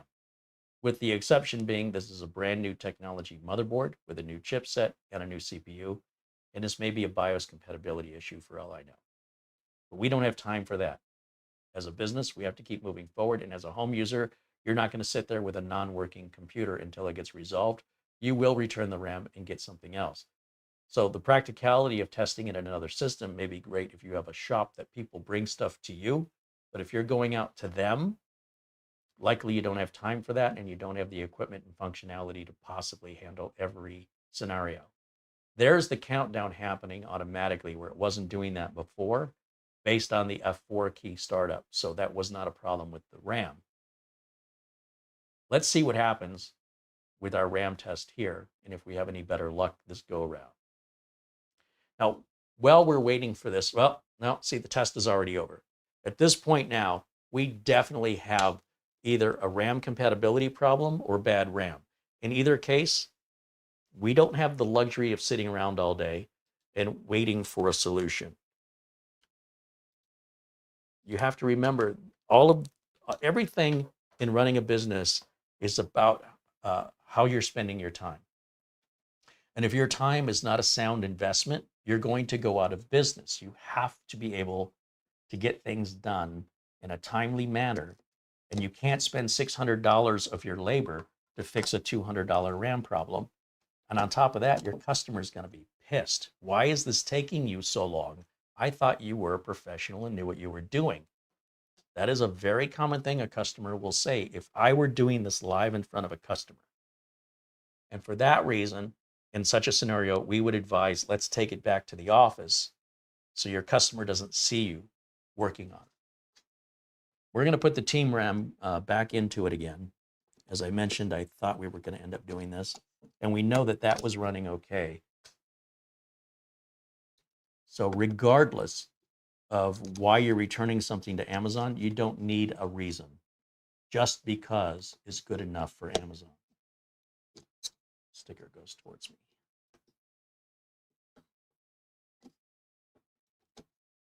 Okay, so the RAM's back in. We already know this works, right? So we can run the full memtest 86 off camera when it takes a while. I want to keep these packages with this RAM, this package right over here with our team group memory. We need to keep that away from our G.SKILL because when we're sending these items back, you don't want to send back anything from one manufacturer to another. It's almost insulting. Is this a joke? All right. Now, we'll boot this up one more time into Windows. We'll make sure it works, and we'll move on to setting up the RAID array. Remember, we're not going to boot to a RAID array. I think that is a very unprofessional thing to do, unless there is a very specific reason for that kind of level of support that will be required in the future, and you're going to be paid well for it, or you're just a hobbyist with nothing else better to do, have at it. But for the rest of us, we do not boot from RAID arrays on desktop computers. It is too costly in support.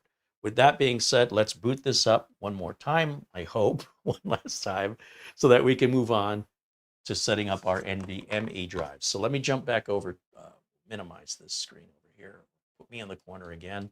Let's make sure we get into Windows okay. And while that's happening, I'm going to start unboxing our RAM. I'm trying to move quickly through this because this is clearly a 4 to 6 hour job. And you might be able to do it faster, but I'm also not trying to impress anybody with the speed of my work. I'm only interested in earning a profit and doing it right the first time. And it doesn't matter if I've got to learn in that process and it takes me longer. That's called learning. That learning makes me a better tech. Every time I stumble and learn from it, I'm better than I was before the stumble. So this is just obviously part of the process, and thankfully it doesn't happen that often. Now, right now, I'm getting no video, which I suspect is because, we'll go back to my new capture card. I think the capture card has gone back into 4K mode, and I have to deselect it and reselect it again in order for it to synchronize, which may mean, you know, it's a configuration on my part that I have to fix, or that the card is simply not going to do well for us. Yeah, that's all I did is reset the card. That is sad because this is an expensive card. It's also not intended to be used the way that we're using it. So in any event, see if we can put camera 2 back up there. With us booting up like this, we now have 32 gigs of RAM instead of the 96 gigs we had. It seems like it's probably going to be fine now. So we could also check for a new BIOS update, by the way. I don't think there's going to be anything new from ASUS at this point. But if I go to right here on the streamer, we can look up the ASUS ProArt Z890 Wi-Fi BIOS. Just see if anything new's come out in the last couple days. When you're dealing with brand new equipment, it's quite likely, it's not surprising that BIOS updates come out fast and furious. Once the board's a year old, then not so much. Still new BIOS updates come out, but nowhere near as frequently. So let me scroll down through this page and see if I find the BIOS update. Probably be under support. That didn't work. Let's try, let me go back one. ASUS ProArt. There it is. There's our drivers, utilities, and BIOS and firmware. So the latest BIOS was released on the 29th of November, which is BIOS 1101, which I think is what we have on here, if I'm not mistaken. 1101. And you know, one of the things it fixes is enhances system stability and compatibility. Well, compatibility with what, do you think? What could that be? So what I'm going to do is just double check, because I'm pretty sure that's the BIOS we have, but I'm not 100% positive because I've looked at 3 other computers since this and I can't remember. Let me go full screen on camera too so I can see it the way you guys at home see it. And Crystal CPU-Z should be on here. And it'll tell us what BIOS version we have. Either that or I could play back the video from the other day, but this is just faster. I'll get to my answer here in just a second. Lots of different ways to get to your answers. And yeah, it looks like 1101, but it's so far away I can't really see it. It's in 4K. Yes, 1101. Interestingly, it shows a date of the 25th when the website shows a date of the 29th. But that is the latest BIOS update, so we don't have much of an option. It's tight fit there. We don't have much of any option to try anything at this point. We may in the future, but I won't have this RAM. That's not my job. I don't work for G.SKILL. I'm not their beta tester. I'm also not ASUS's beta tester either. If there's an issue between these two companies, I'll let them work themselves out because I won't be the only one affected. Whether it's a bad batch of memory or a BIOS update that fixes an incompatibility, don't know, don't care. We're moving on. We'll be buying Team Group. That doesn't mean we'll never buy G.SKILL again. It just means for this build to get this done, we just simply can't go that route. We're going to pick a different route. So for now, 32 gigs is fine. With that, let me go ahead and shut this down. And then we can start with our RAID configuration. So we'll close this out and shut down. Okay, back over to full screen here on camera 1. Raise that up there. Okay, let me jump in the chat real quick and see what you guys are talking about.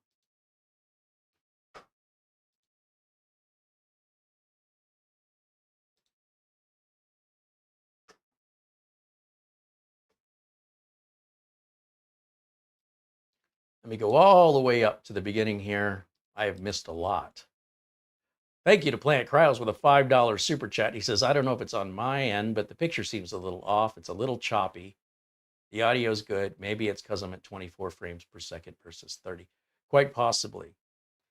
One of the problems with going live on a new capture card is it's going to probably be a little rough at first. I think, you know, now that I've had this experience, that I will put this capture card in a different machine with a separate camera and kind of experiment with it offline and see if I can't educate myself on how this card is different and then be able to better determine if it'll be suiting our needs. In the meantime, it's very easy for us to switch back to that Magewell card. You just pop it in. All the drivers are already there, and I can uninstall the drivers on the Blackmagic card, which unfortunately you don't get drivers with it. You have to figure out how to install this. There's no instructions. Essentially, there's a program you install from Blackmagic. And within that program are the drivers. The drivers are not separate, and it is not clear that this is where your drivers are. It's very strange, and Blackmagic has always done this. I know from past experience, Blackmagic plays by their own rules, and if you don't like it, don't buy them. It's that simple. When they work really well, but the configuration and the learning curve are much higher on their products because they're intended for people who know what they're buying. So how else do you learn? You know, you've got to have an experience with it, or you have to have somebody train you. And without either one of those, well, you know, you got to start somewhere. And if it's not meeting our needs, it still may be an educational issue on my part, but too early to tell. But yes, that is what switching to new parts is like. It's long overdue, by the way, but we do have some other options. Scott joins us from the Netherlands saying hello. Welcome in, Scott. Scroll quickly through this as much as I can so we can get to our RAID configuration. Fat Tony with a $2 Canadian super chat says, hello, Carey and everyone. Welcome in, Fat Tony. Good to see you.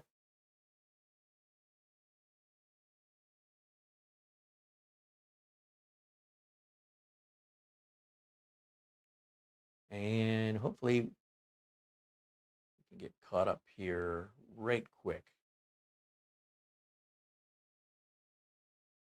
Garfield Rupe with a $2 super chat says, thank you, Uncle Carey, for all you do. Right on. Well, thank you, Garfield. Thank you for supporting us here. Scrolling, scrolling, scrolling.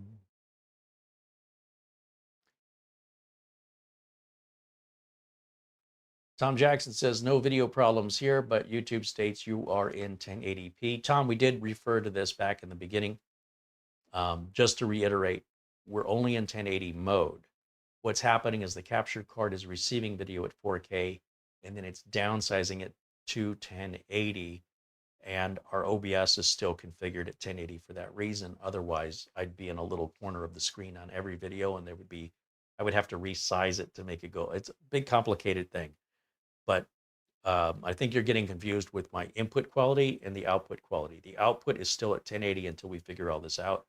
Otherwise, you're going to get a quarter of the screen when we go 4K, and then I'm going to be in a corner when we go 1080.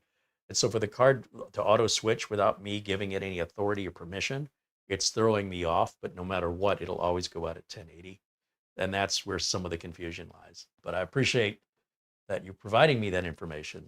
We already knew that, and I'm sorry if either you missed that or I didn't make it clear. We're still in testing mode, and we always test as much the same, because if we change too much at one time, we don't know where the problem is to diagnose. All right, with that, let me start with our installation of NVMe drives. We've got 4 brand new fanxiang S880 drives right here. Make sure the power supply is off. You don't want to be working on your board with any power to it. So either physically unplug it, or make sure that switch on the back of your power supply is turned off, or, you know, roll the dice and see what happens. I don't roll dice in my business because I want to make sure I stay in business, not just hope for the best that I stay in business. Now, I'm going to go back over to my screen here so I can see it the way you guys at home see it, which is full screen. That's not my default view. My default view is quarter screen, and it's very hard for me to see. I love this motherboard's NVMe configuration, in that we just push that button and the whole heatsink lifts up.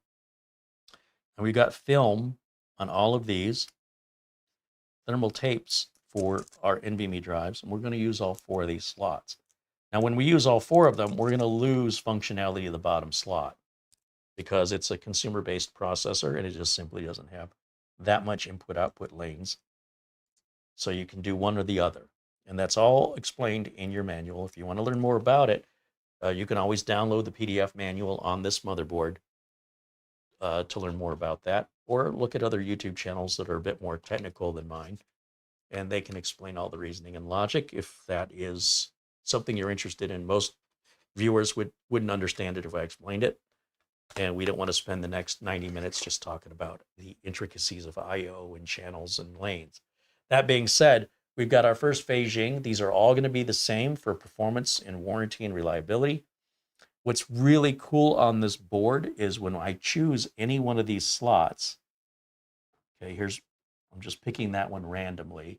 All I have to do is pull this back. I thought these turned, these little clips, they don't turn. You just bend it back and it snaps in place. No screwdriver has been required this entire time. I don't know if you noticed. The only tool I need is a razor blade to cut these brand new NVMe drives out of their boxes.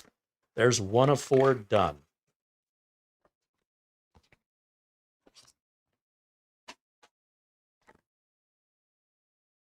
Might as well just go ahead and cut the tape on all these right now instead of doing it one at a time.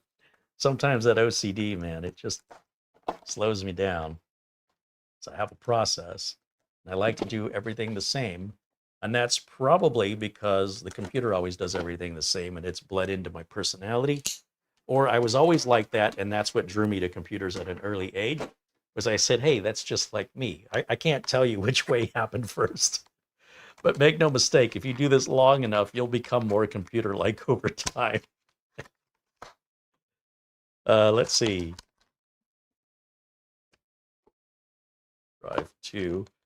I bought these because they're Gen 4. All of these slots are Gen 4. Only this one's Gen 5.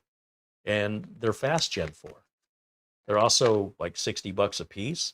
So we're going to have a total of 4 terabytes installed on this motherboard. That should run somewhere around 4 times 7. I would say somewhere around 25 to 28,000 megabytes per second.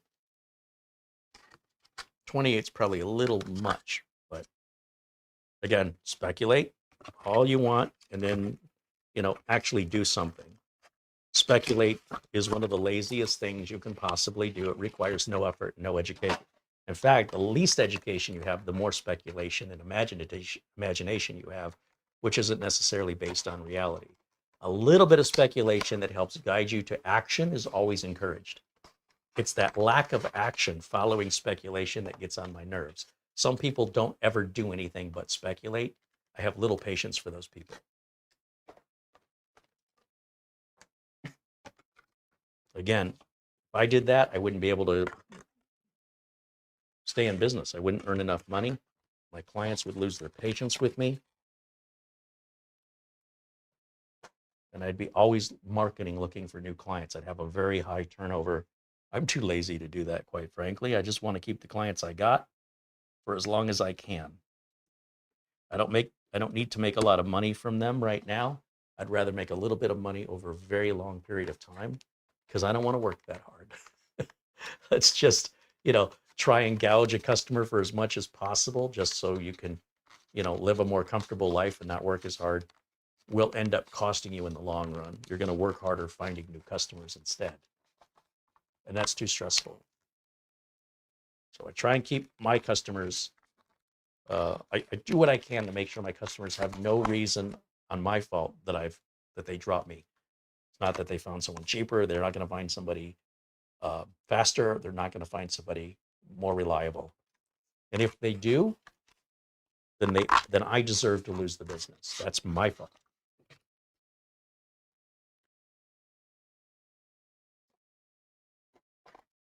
Okay, last NVMe drive goes in right here. Now, these don't all have to be the same, but if we want consistency, all the film's been removed. If we want consistency, we want to make sure everything's the same.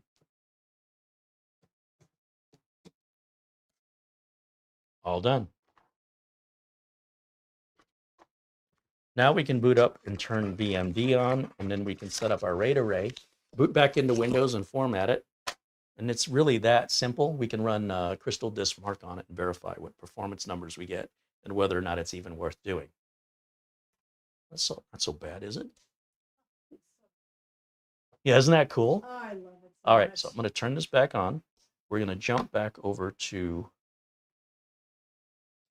put me in the corner here. And I'm going to hit delete over and over again until I get back in that BIOS.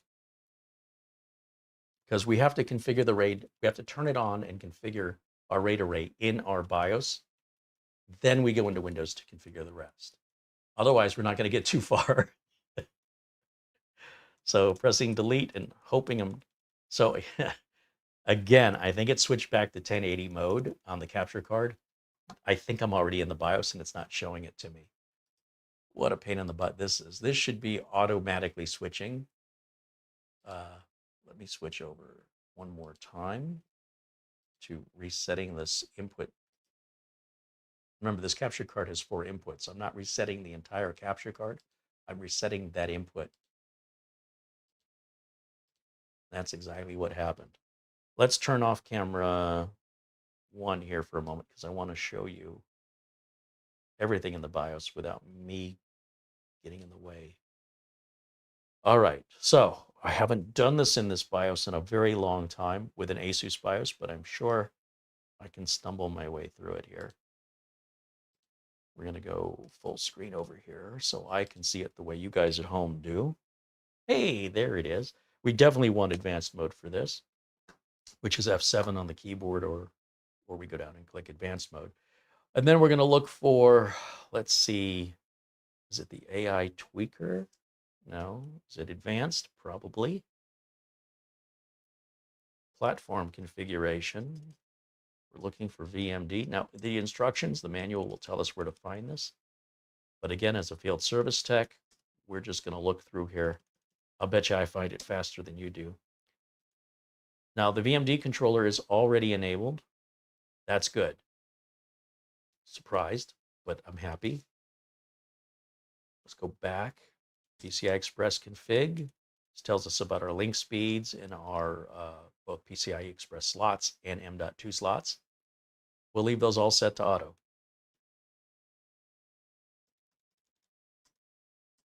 So the next thing we want to look for is our storage configuration.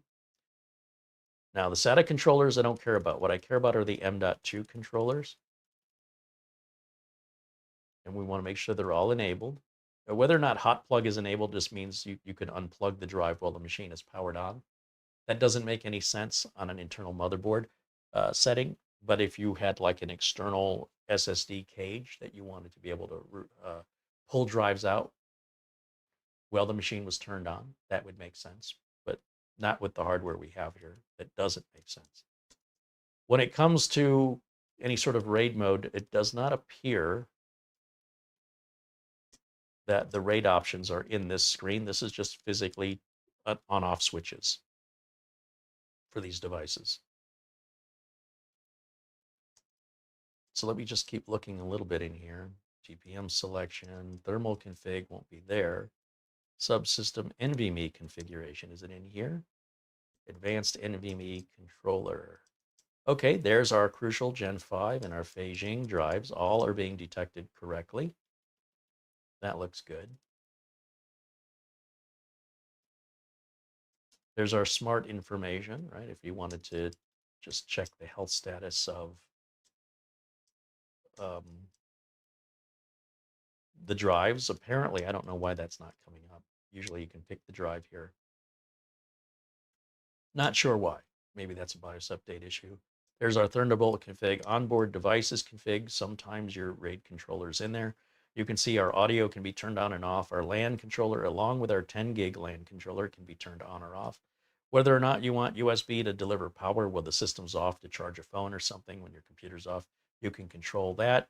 You can disable or enable the Wi-Fi or the Bluetooth in here, as well as the LED lighting on the motherboard or connected to the motherboard through the ARGB headers. The M2-5 slot can work in SATA mode. I don't know why you'd have that, but you could do it just in that one slot. We just go ahead and leave it on auto, just the way it was. And I'm still looking for, oh, Intel Rapid Storage technology. No, I don't see any options there. What am I missing? I think it should be in here. Is it under Tool? BIOS image rollback, secure erase. BIOS Q dashboard, I don't know what that is. Hey, that's pretty cool. Normally you have to go to the documentation to see all that diagram and explanation schematic.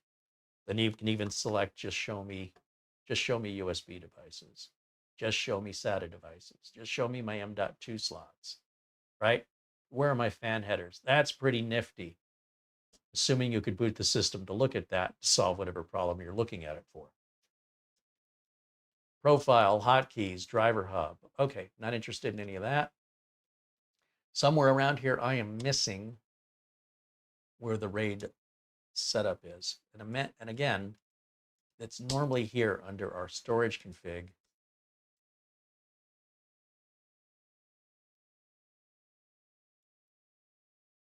And I'll just take a quick glance into each one of these. VMD setup menu. Enable the controller. Map PCI storage under VMD. Maybe that's what we want to do. And we're not going to use the SATA controller. So I think what we're saying is we want to assign our M.2, or that's telling us anything in the PCIe slot, but M.2s are PCIe. So I'm not sure what that means specifically, but we're going to find out.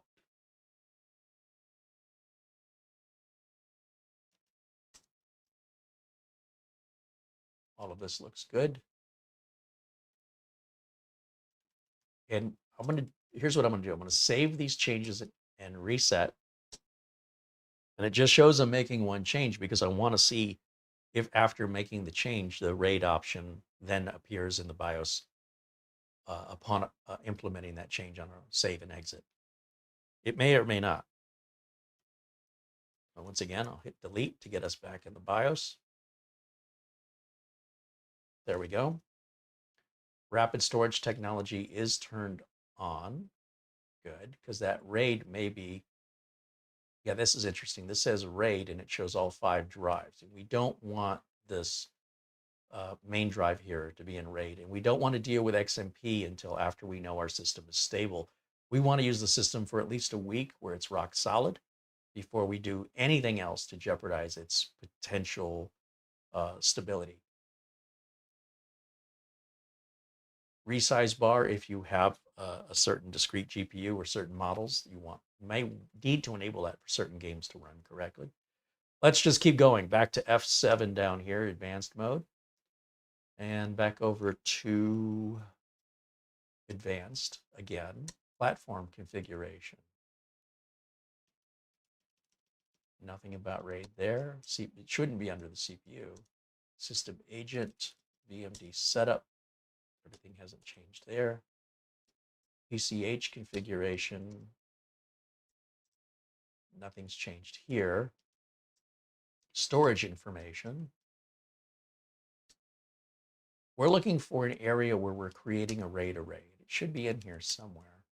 Thermal config, trusted computing, UEFI variable protection, subsystem settings, USB settings, network stack settings. We're not looking for any of that at this time.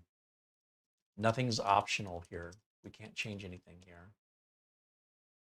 Smart information, advanced power management, APM, Thunderbolt, onboard devices. Maybe that's it. I was in here earlier, wasn't I? Do we see anything about storage? Just that M.2.5. I would have thought it'd be in here. This does support something called bifurcation.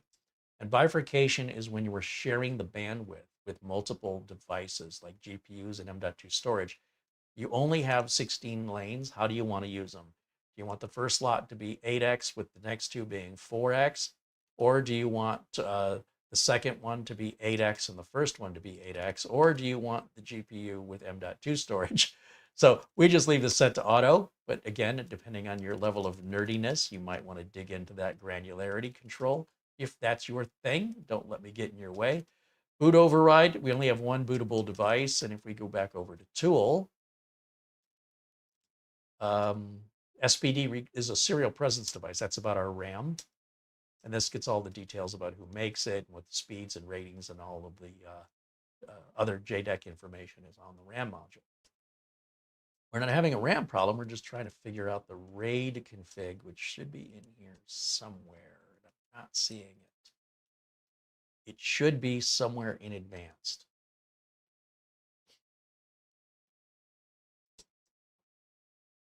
create a RAID volume. There it is right there. I don't think this was on the previous screen. Until we enabled that option, saved and reset, now it's there. So we're going to say create a RAID volume. This is what I've been looking for. We can leave it volume 1. It will be a RAID 0. We are not going to use the crucial drive. Instead, we're going to use this drive by placing an X in the box here. That's all the option is. You see it says X. It's basically a checkbox. It's just a weird way that ASUS has implemented it. So normally people see X and they think that they're excluding it, when in fact we're selecting it. It'd be nice if they had a checkbox that was empty and it said enabled or disabled, or, you know, check means it's enabled. But that's a little bit of the nerd translation you have to do at this level. They've not dumbed it down for regular users, and that may be on purpose. Now you'll notice it says PCIe 1, 2.0, 3.0, 4.0. The fact that it's got a 0.0 after it is a little misleading. That's not the speed of the PCIe, that's the number. Now, why would there be a PCIe 1.1, 1.2, 1.3? That doesn't make any sense. So once again, ASUS engineers have overthought this. On a technical level, they're probably right, 1.0. But on a mathematical level, 1.0 and 1 are the same number. So I don't know why they've added this unnecessary confusion when it can only be a 0 following that 1, because we're numbering the PCIe 1, 2, 3, and 4, starting with 0. The 0.0 is still 0. 2.0 is still 2. 3.0 was still 3. There's no such thing as having 3.1. Doesn't make any sense. So I sometimes am amused by the level of nerdiness the ASUS engineers implement in their instruction manuals and in their labeling. Because when you look at engineering specifications, another engineer will say that makes sense, where a mathematician will say this is nonsense. This is just added unnecessary information that provides no value and only adds to confusion for those non-engineers. And ASUS will insist that their forum members, which are not the vast majority of their buyers, are the ones who insist on this. They like this. And those aren't regular people. Anyway, don't let that intimidate you. It's really stupid that they've decided to continue with this type of language, but it doesn't mean they make a bad product. It doesn't mean that what they're doing is causing any harm, other than it does create a little bit of an obstacle for people to learn, because they think, well, what happens if it's 1.1 or 1.2? It can't be. In this instance, there's no such thing. It would be impossible to have a 1.2 slot. You wouldn't, like, it would be like saying, I want you to pick a card, any card, like out of a deck of cards. How many cards do you want me to pick? 2.0. Well, what do you mean you want me to pick 2.0? Pick 2 cards. Well, why didn't you just say that? Would you ever say pick 2.2 cards? I mean, unless you're going to rip a card, I don't know how that's possible. There's no such thing as a 2.2 card in a deck of cards. So why didn't they just say it the way a normal person would say it? Because they're engineers. That's the only reason why. And for those of you who don't understand engineers, this is why. This is just how engineers generally are. It's a very stereotypical engineering behavior. There's no engineer trying to step out of the box and say, I want to be different than all of my peers. No, I want to be exactly the same as them and get their approval. And so this continues, this logic or lack thereof. This is, in my opinion, the problem with the industry at large with engineers. Now, that being said, and there's always exceptions, but clearly we're not dealing with exceptions here. We're going to go and save these changes and exit. There should be, okay, stripe size, capacity is 4 terabytes, and then we have to hit the create volume button first. And that volume is created. Volume 1 is a RAID 0 stripe, 3.6 terabytes. It's in normal status. The non-RAID is our boot, and we always want to boot to a non-RAID disk, as I previously mentioned. And with that done, we should be able to simply move over to exit, save changes and reset. And now we should have a D drive available to us in our disk manager of Windows that we have to format or create a partition and format. So hopefully we're going to see that on our reboot. So that black screen that you're seeing is the system rebooting. We're going to give that just a minute here. And I might have to reset my capture card again because the desktop is booting in 4K and it seems to mess up the capture card. So we'll just wait a minute. Now, in theory, if I did everything correctly, the next few steps should be just like adding a new hard drive. Only we're adding 4 that are tricking the system in the BIOS to think it's just one big fast drive. So did I do it right? Only one way to know for sure. We can speculate for hours or we can actually do it in the next 2 minutes and know. I prefer to know in 2 minutes than just keep guessing for hours. You look excited. Oh my God, this Uh-oh. is so great. We got an inaccessible boot device, blue screen. That's not expected. So that's interesting. And I can't help but wonder if I need to change my boot order or something's changed. I'm going to hit Control-Alt-Delete. Inaccessible boot device usually means just that. Something it's trying to boot to has suddenly become inaccessible. It can't talk to it anymore. So I'm going to hit the switch on the back of the power supply. We're going to shut the system off. And we'll turn back on the system.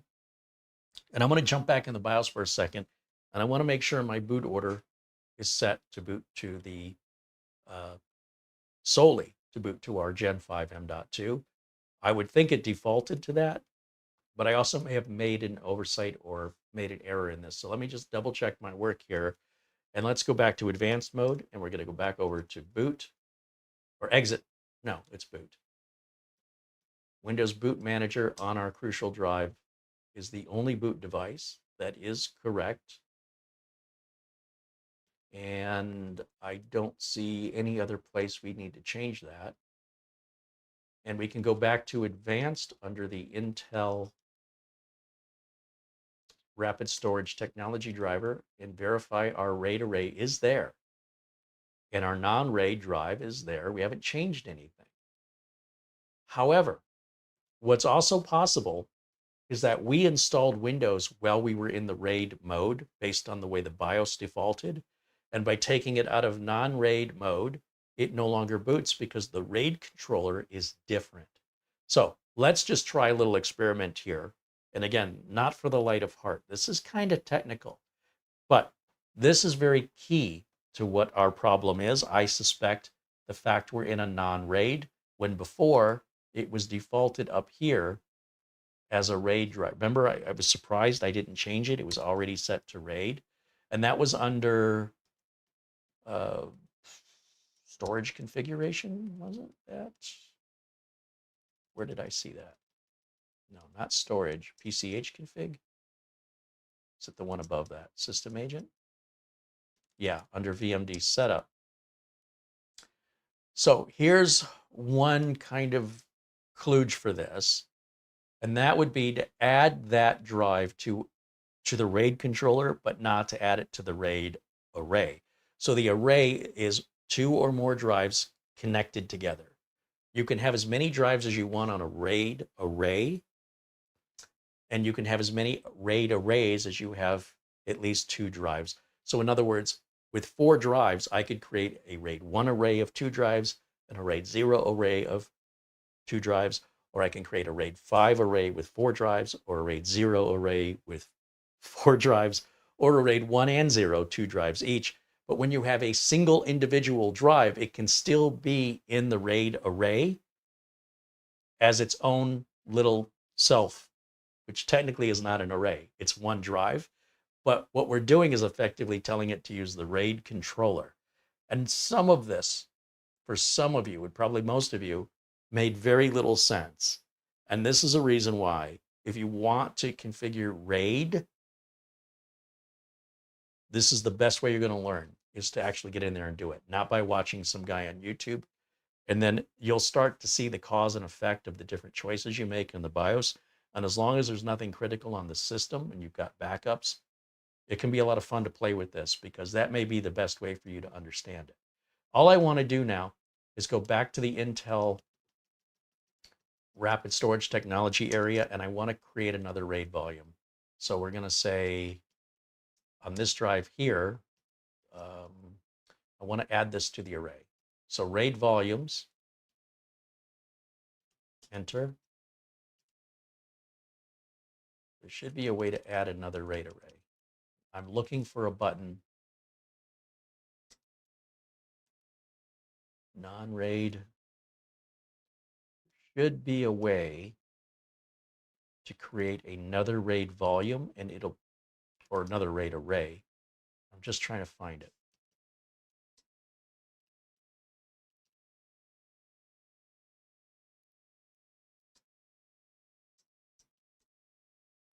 Okay, we're back to bifurcation stuff. I swear it was down here before, wasn't it?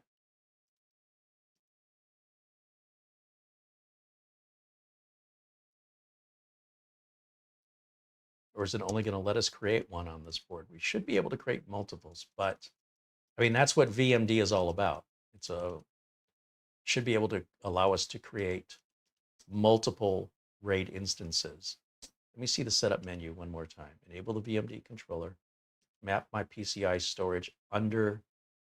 What if I turn this off? It may result in data loss. I don't care. We don't have anything on here anyway. We definitely want the VMD controller enabled. I'm pretty sure that was under our Intel Rapid Storage Technology driver here, and we had the option to create arrays. And here we have the option to delete it, and we see the member disks. But I wanted to create another one with one member disk. And it doesn't seem to give me the create option anymore.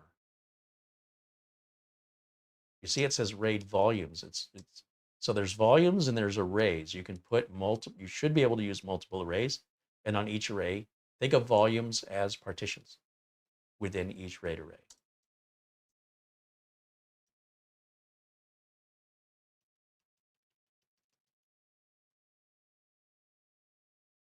I'm going to just try making that one change just because I'm curious. Save and exit. Let's see if that makes any difference at all. We'll find out here in just a minute. Speculate all day or actually do something. I will always prefer doing something over speculating. I want to see results. I don't want to talk about seeing results. I'll talk about results I've seen. All right, let's see what happens. Let's go around. Are we going to get a blue screen again or will it boot properly? Roll your dice. Here we go. Looks like we're doing okay so far. Am I being optimistic or realistic? Okay, the fact that the controller now has gone to a black screen suggests that I have to reset the controller again.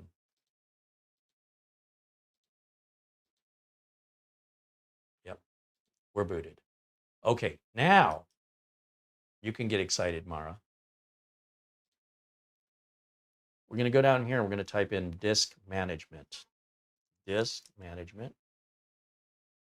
If I spell it right, it should come up at the top of the menu here. Create and format hard disk partitions. It should detect that RAID automatically. Look at this. It says select disks 1, 2, 3, and 4. It shouldn't do that. It should just come up as one drive. So right here, I'm a little concerned we don't have it configured correctly, and we might have disabled our RAID array. This should appear as one disk.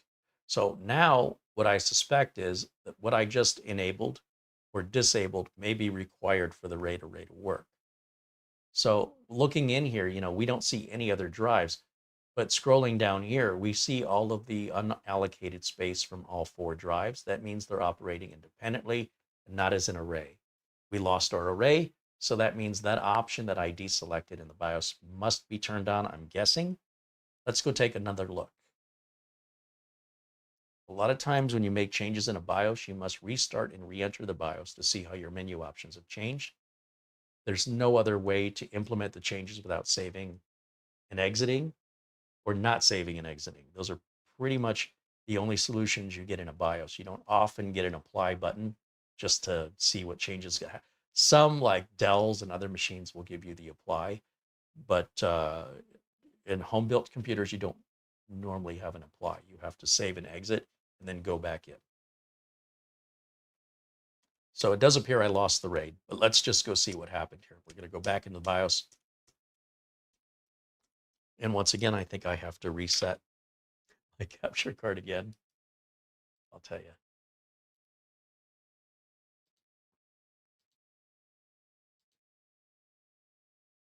Should be a button that handles this automatically. Let me go full screen over here.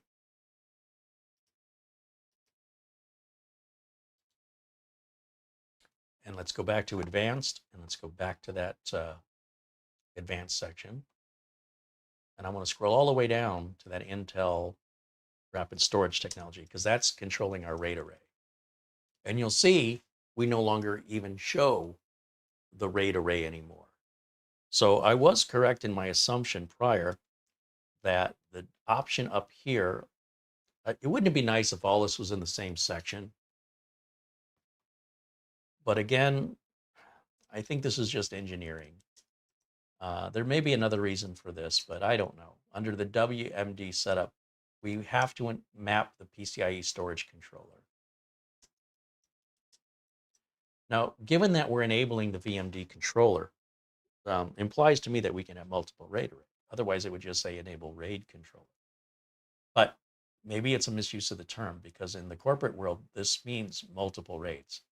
Or there's a learning curve here.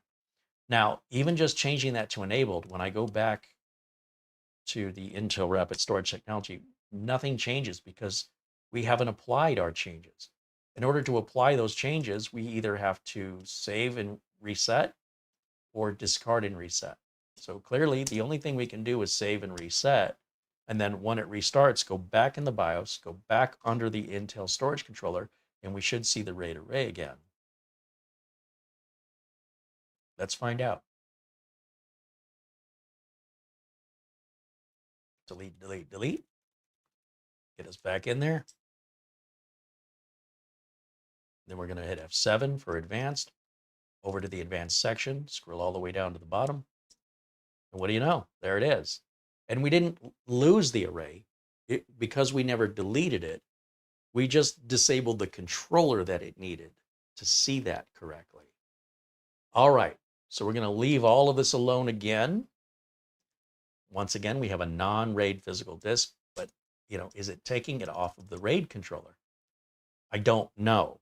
So we're going to try one more time to save and exit and load Windows under this config, which should, if everything's consistent, give us another blue screen with an inaccessible boot device error. So we're looking for consistency. That's what narrows us down to where our solution is. Now, once you start working on the same system over and over, or even on the same platform, like ASUS motherboards, all of this becomes second nature and you won't have to struggle and wonder. But because we're working on ASRock and ASUS and MSI, and we don't do RAID very frequently, things change in time, and manufacturers change how they implement. And so there's always going to be a first time, and you're likely not going to be efficient your first few times. But the more frequently you do it, the better you'll get, much the same like playing a piano or learning any skill. It only comes through actually doing it. You can think about it all day. Your skill will not improve thinking about playing the piano, thinking about riding a bicycle. So we are consistently getting the blue screen under that configuration, which I find fascinating. And what that's suggesting to me is our drive controller is changing away from the RAID controller, even though I don't see anything in the BIOS that's indicating to us where we can turn that on or off. So there's a few other experiments we can do here. Now, there's maybe other videos on YouTube that explain how to do all this already, but that you might as well watch a video on how to work through all the levels of a game without figuring out yourself. I want to learn, and I want to learn by doing. That's the best way I learn. I can read all day long and then forget half of what I wrote, half of what I've read before I've even finished what I'm reading it. But the way I learn is I'm a physical learner. I like to get my hands in things, and I like to see the reaction, and that just works for me. And then I figure we'll turn on a camera and we'll show that for other people who are like me. If you're not one of those people, you probably won't like these videos. If you're a book reader versus if you're book smart versus street smart is basically what we're coming from. Street smart means you've got experience in the street. Book smart means you've studied people that are in the streets. but you may not survive very long in the streets because you're all theory. I'd much rather have practical experience. That's my choice, and it's how I want to do things. And I hope the people here understand and appreciate the reason why we do things this way. Now, I'm going to turn this on one more time and try to remember to enter the BIOS instead of going on my soapbox here about the processes that some people will be critical of when they don't understand why we're here. So the only thing they're really exposing is how much they don't get what we're trying to accomplish. That's frustrating. All right, we're going to enter the BIOS, and I just want to check a few other things out here. Let me go full screen. And let's take a look under so with, you see here under storage config, it does show that the crucial drive is in the RAID array. So that was my first concern, right? Now, if we turn rapid storage technology off, up here is where it says RAID. There's our crucial, and then there's our volume. It's an Intel volume. If we turn the rapid storage technology off, we likely no longer have RAID anymore. I believe the only way you can implement RAID is with the Intel RST or rapid storage technology.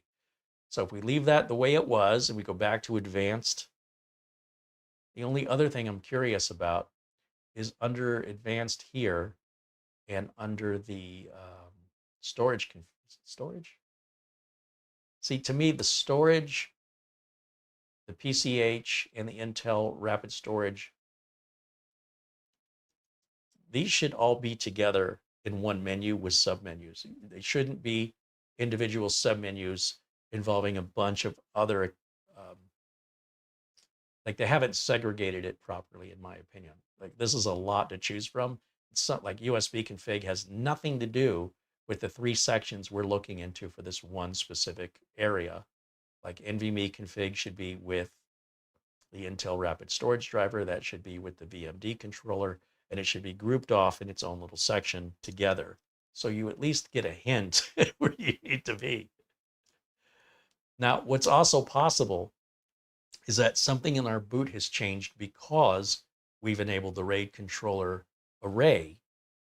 And now we have to do essentially a clean install of Windows to fix that. It shouldn't be that way, though. But that may be what we're encountering here. The other thing I could try doing, what if we delete this array? Let's just delete it. And now we've got all of, we create a RAID volume, volume 1, striped. And once again, we'll select the same, right here it says X to select disk.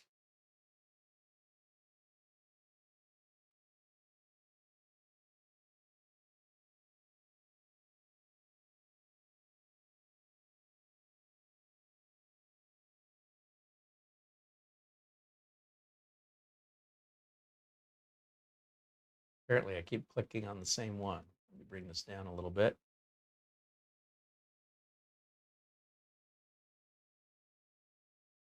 This is not scrolling down. There's something under here I can't get to. Let's click on that. Why is that not working? It won't let me click this last one for some reason. There it goes. All right, now let me get that. Okay. Nope. How bizarre.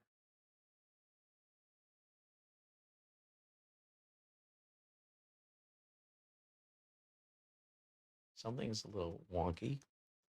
Escape's not working. This isn't working.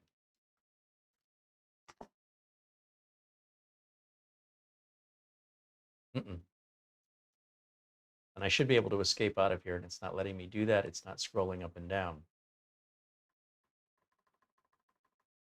Okay, we might be back to a RAM issue. It's entirely possible because this behavior is not consistent. Something is wrong. See, let me scroll up, and now we're hitting this black bar right here. And then when I select this box, it's not letting me choose it. Nothing's happening. That's interesting to me. Can I tab over? No. Can I escape? No. Turn the keyboard off and back on again? No. Move the keyboard USB into a different USB slot. Let's try that. Why would we have to do that all of a sudden? Your guess is as good as mine. It probably won't make any difference. We are not able to escape out of the screen. Okay. I'm going to hit the power supply and just shut it off. And I'm going to remove one of these RAM modules just out of curiosity now. Even though we were passing MemTest 86, I didn't allow it to complete. That heatsink that's underneath the 4 NVMe drives we installed, ooh, that's hot. All right, let's turn this back on. Fire this back up. And one more time, we're back in that. Or you know what? Let's just see if it boots to Windows. Let's just leave everything alone and see if we still get the blue screen. If we do, we'll switch the RAM modules, try one more time, because I'm starting to suspect it's a RAM compatibility. I don't know, speculating, but I'm about to find out the answer to my speculation by doing. Let's see. Preparing an automatic repair. You know, I wonder if that would have been beneficial without removing the RAM. This isn't good.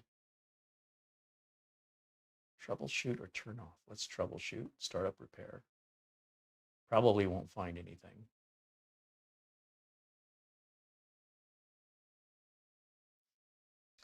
Yeah, let's go to advanced, troubleshoot. Oh, that's all we get, huh?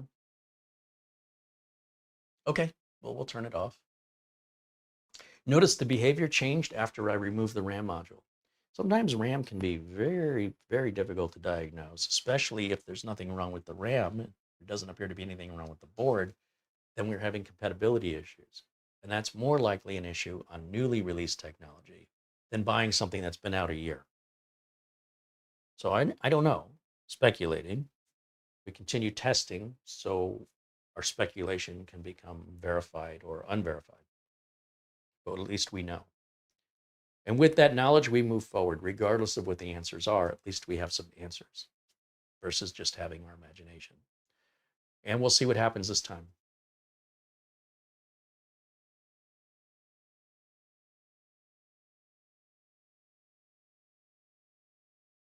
Taking a long time.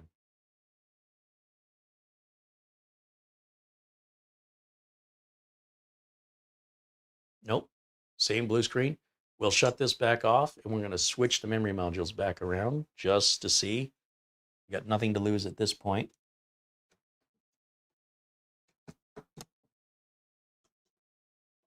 But what it's acting like is that we changed the boot controller.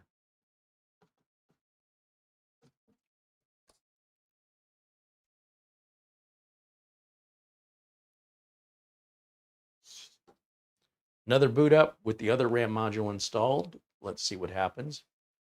Always looking for consistency. When consistency changes, then we're trying to find out the cause of that. And that's where we focus our repair. It's really simple work, but sometimes with unfamiliar hardware and an unfamiliar problem, this can be very, very time consuming. Honestly, you know, because we're not dealing with Xeon or Threadripper, I don't expect this.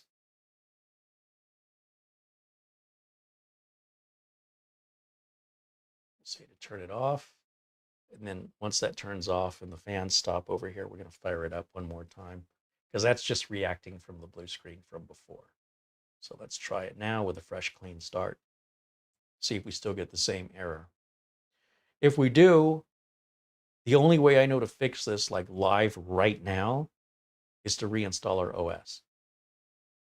And that's not normal. Let's just see what happens. You can almost tell it's going to blue screen based on how much time it's taking to get to the desktop. You should have already been there. I'll tell you another cause of this. It could be that the Windows 11 needs the RAID drivers before the RAID gets installed. And that once we've enabled the RAID, as soon as Windows sees that D drive, it doesn't know what it is, and it doesn't have a driver, and then it's crashing. So since it's crashing with either stick of memory plugged in, it's likely not the RAM issue, and maybe that it's simply the RAID drivers have to be installed ahead of time, which would be kind of weird. So that's why I say a reinstall of Windows corrects this, because what you're effectively doing is you're starting from scratch again. And as Windows is installing, it will see the RAID driver and it will accommodate for that typically automatically. But once Windows has installed and you enable the RAID, you might need the RAID drivers beforehand. It's kind of puzzling. And this is where RAID gets finicky. It's also possible that there's some step I'm missing, right? And that I'm doing something the hard way. I will, and I cannot emphasize enough, tell you this heatsink is very, very hot.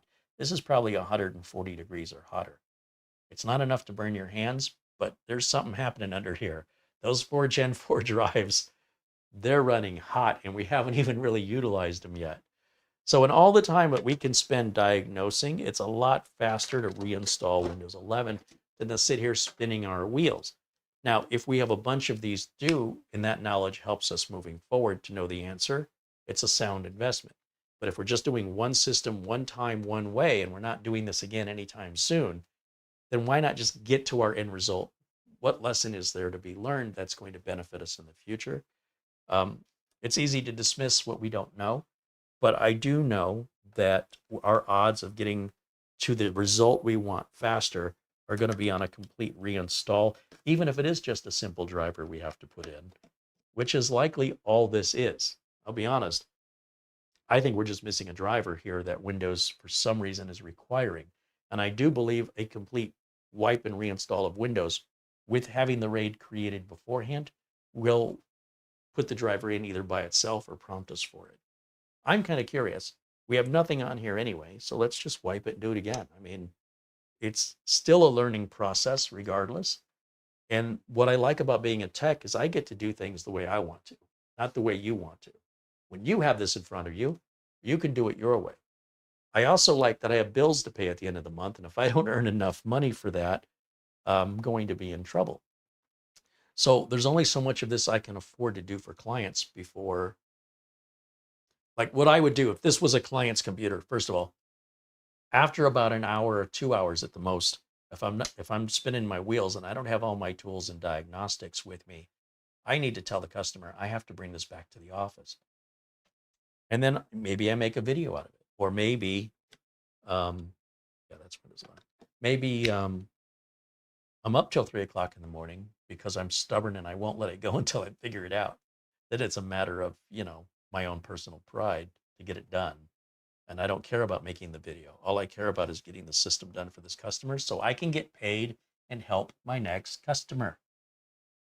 All right, so we're going to go back to, what was that? Delete. We'll just hit delete. And we're going to go to our boot options because I want it to boot to the Windows 11 installer this time. So F7, and then back over to boot.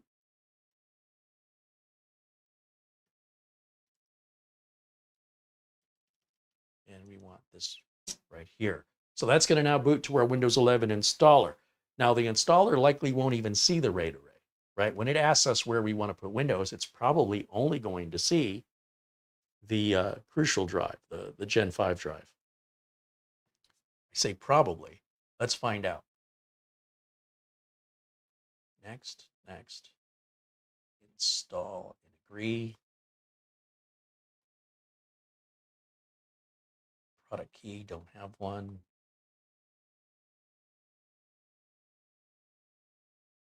Want Windows 11 Pro. That's what we will buy a product key for when we're done. Accept this license agreement. And then it should show us where we can install Windows. And we have just disk 0. We are not seeing the flash drive, are we? And we're not seeing the RAID array.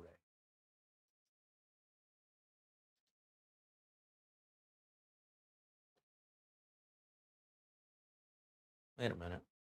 Free space 9.2. Unallocated space. Oh, that's very interesting.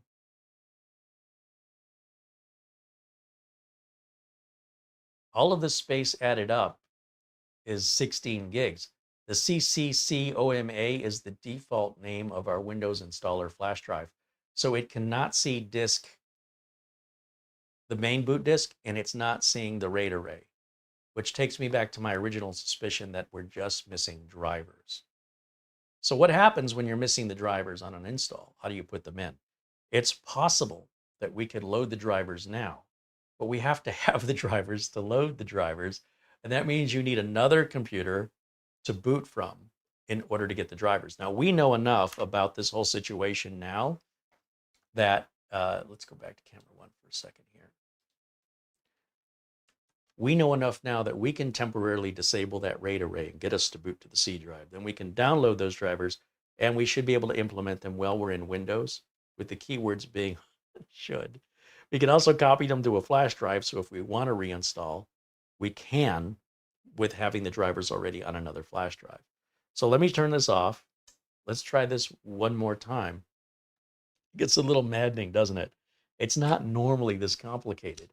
However, different manufacturers at different models of boards may make this easier, may use different language, and may have more of a walkthrough or tutorial.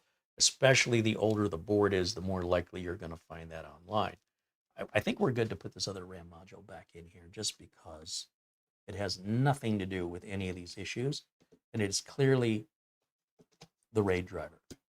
Now, there should be a way to have the one drive non-RAID with the rest of the drives RAID. And I think when I'm turning that feature on in the BIOS, that's enabling RAID across the board, even though it already said RAID before. It appears it wasn't really in RAID mode anyway. So that's what I'm garnering from all of this. And probably some engineer talk will explain how I'm wrong and they're right, but clearly it's not clear.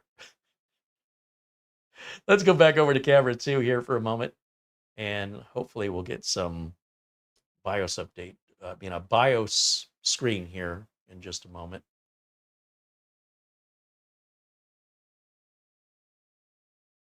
Hope.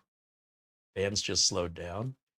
All right, one more time in the BIOS, and then one more time to disable. See, again, the more I keep getting into this, the more I'm learning. And since you're with me, you should be learning too, almost as if you're doing it yourself. So we're going to come back over to advanced, and then we're going to go to advanced again under our storage config. No, it wasn't storage config. PCH config. No, it's not that one either. System agent, VMD setup menu. Ugh. All right. And the VMD controller and the map PCIe storage under VMD, that's where it's screwing us up. So we're going to disable this option right here. That's going to temporarily make our RAID array gone. And that's okay because we don't need it yet. Save and exit, and that should allow us to boot into Windows without any more crashing. Once we're in Windows, we can hit the ASUS website, download the driver on the affected system, so negating the need for a second system, and download the drivers. Then copy those drivers onto a flash drive and see if we can't install them right now, which we might be able to. One way to know for sure is to try it and see. I don't expect a blue screen this time. I expect a desktop.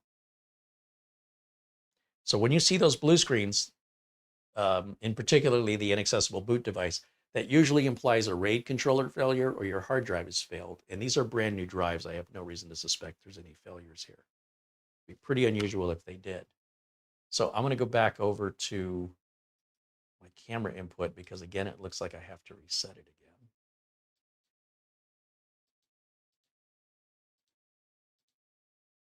Yep, there it is. Okay.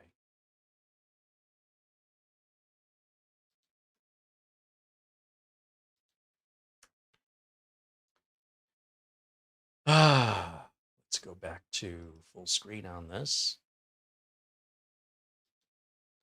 And we're going to visit the ASUS website. ASUS ProArt.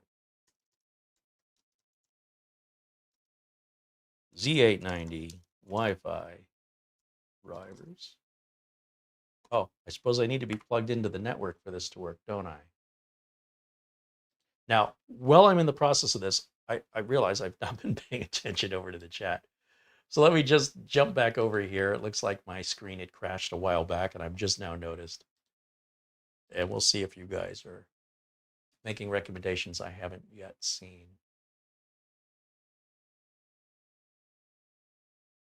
Let me scroll all the way up and see what I've been missing. Hey, there's Luke Greenia joining us. It says hello.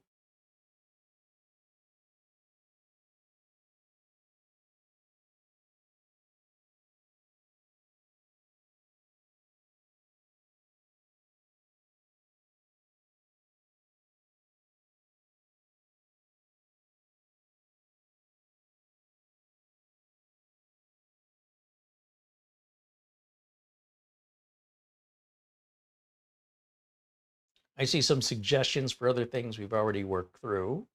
We'll keep scrolling through these comments here.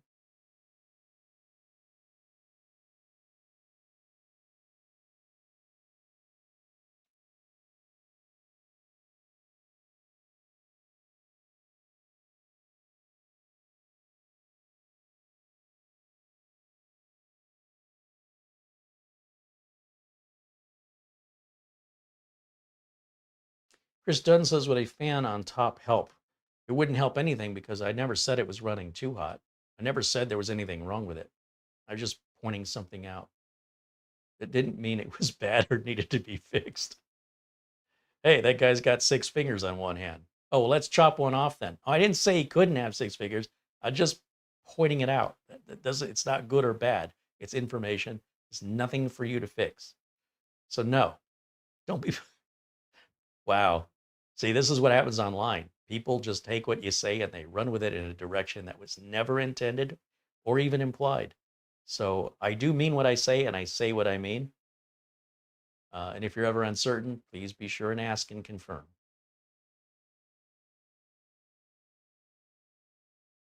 Gary Tatum said problems are so much more interesting than just building it and having it work and you're done. Like, that's kind of boring. Sure, if you go on a vacation and nothing exciting happens, it's probably not much stories to tell when you get back. It may not have been fun, but it's definitely going to be a story. And people are going to hear it over and over again.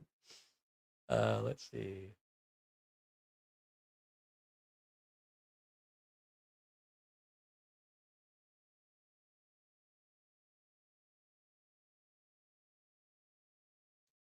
All right, so what I'm going to do here, I don't see really anything that I find particularly useful in your suggestions. This is a problem when people Google, right? When I'm working on something and you think you're helping me because you're using Google, you're often slowing me down. So unless you have personal experience in this, my recommendation, unless I ask you guys to Google something for me, if you don't know the answer and all you're doing is running Google and then copying and pasting what you're seeing on Google, or even putting it in your own words without any personal experience, I find that to be a bit disrespectful, and I ask you not to do that. If I wanted to use Google, I would. If I thought Google was useful in this scenario, I'd use it. So for you guys to do that and then just start distracting the chat room with guesses, because all you're doing is guessing, you're not being helpful. It's like sticking your foot on my head when I'm drowning and say, is this helping? No, putting your foot on my head is not helping me from drowning. Now, your intentions may have been good, but your actions are getting in the way. If you have actual experience with this and you would like to make a suggestion from your own real experience, and this goes with everything in life, please don't submit other people's suggestions to me. It's preposterous. But if you have your own that you've come up with by yourself, and you're not plagiarizing or copying someone's work, I'd very much like to hear from you. All right, so what I'm going to do is I'm going to go to the ASUS website and look for the Intel Rapid Storage drivers, see if we can install that. Usually it's an application that includes the drivers within, and that may be all we have to do. But one way to know for sure is to just try it. So let me jump back over to, I guess I have to go to this machine to do this. So we're going to come back over here and back over to camera 2. And I will plug the internet into it now since we sort of need that to access the internet. And let's now go full screen over here so I can see it the way you at home see it. And then we'll wait for the bottom right corner to get an IP address assigned, which it did. There's our results. We want to go to the drivers. So maybe under this page. See what happens here. Yes, that's what we wanted. And we want drivers and tools, and we're looking for Intel Rapid Storage Technology, which for some reason I bypassed chipset. Under the chipset. See all downloads.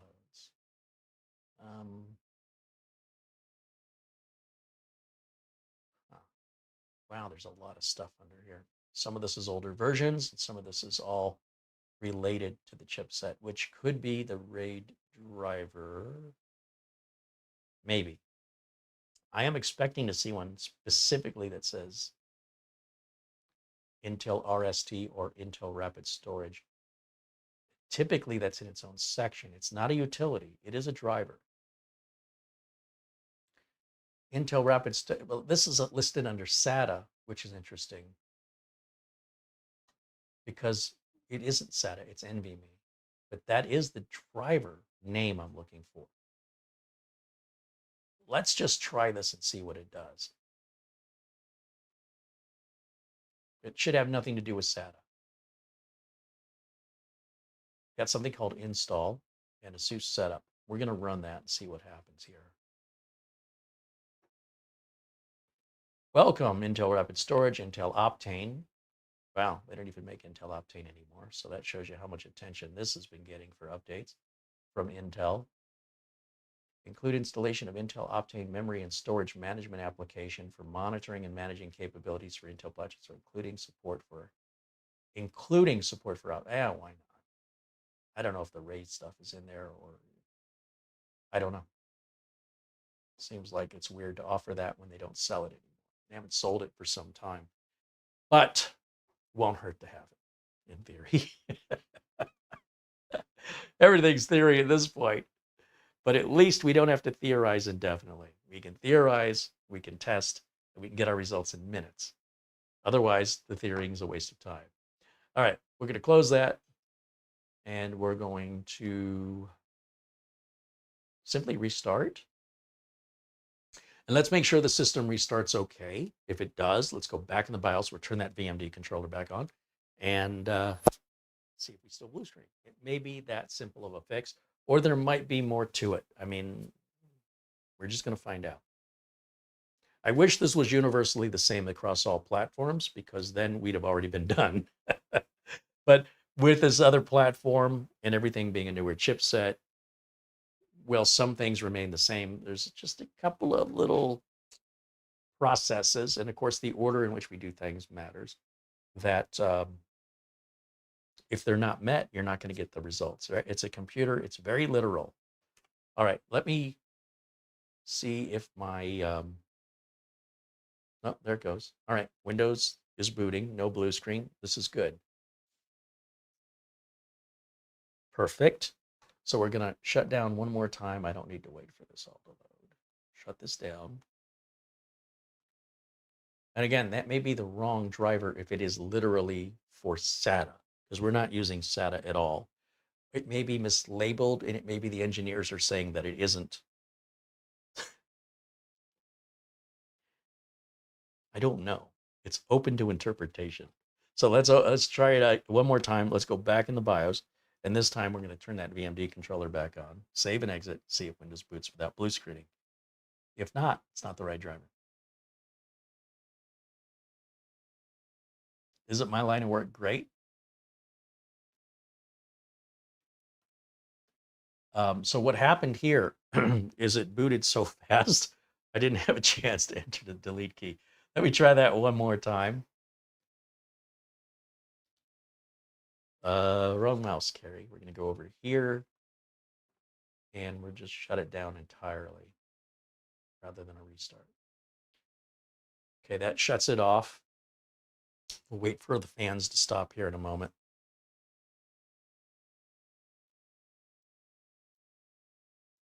Or did I hit restart?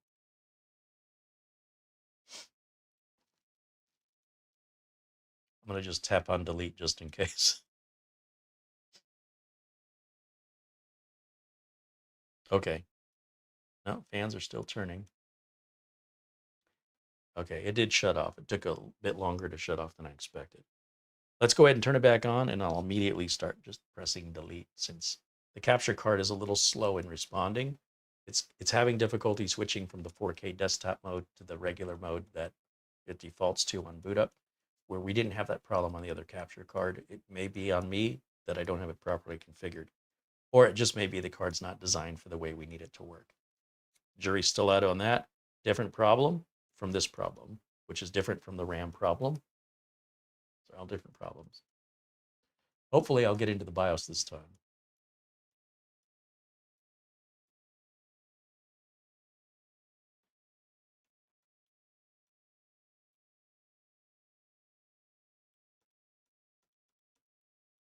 Or not. I'm not getting any response out of this board. And that may be my controller is in the BIOS and I just don't know it. Or my video capture card isn't showing it properly. It needs to be reset. Yep, that's exactly what the problem was. Every time. Yeah, I'm going to lose my patience with this fancy Blackmagic controller here right quick. Let me go full screen over here so I can see this. And then we're going to go to F7. Advanced.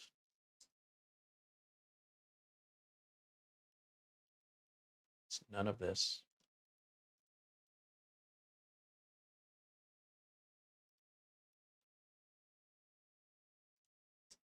Definitely not a CPU config. It's system agent, right? Under VMD setup. We're going to turn map PCIe storage back on. We're going to save and exit and let it reboot. Now, if in fact we did get those proper drivers, it should reboot properly without a blue screen. Otherwise, I need to grab the drivers, extract them to a USB drive, and then do a clean install of Windows 11. And where it's asking to look for the drives, it won't see the drives until we provide the drivers off the flash drive, and then it'll see them fine, it'll work fine. Trying to avoid all that, trying to keep what we've got, but it may be faster to have just started over. Anyway, we're going to know here in about 2 seconds what happens here. Looks like it's loading correctly, except my capture card needs to be reset again. Yeah, so that's all it took was installing the Intel Rapid Storage Technology drivers. Now when I go to the disk management, I should see one 4 terabyte drive waiting to be partitioned and formatted. I hope I'm right this time. I mean, I can't always be wrong, can I? Is that even possible? Then you just bet against me every time. You'll win every time, right? Let's type in disk management. There we go. We should have one drive. No, I still see 4. I should not see 4 drives. I should see one 4 terabyte drive. So that leads me to my next question. Let's go back in the BIOS and check it one more time. Make sure our RAID array is still in there. So let me close this. And we'll reset or restart. And we'll go back in the BIOS and we're going to double check all of our settings one more time. Yeah, so you can be wrong again, Carey.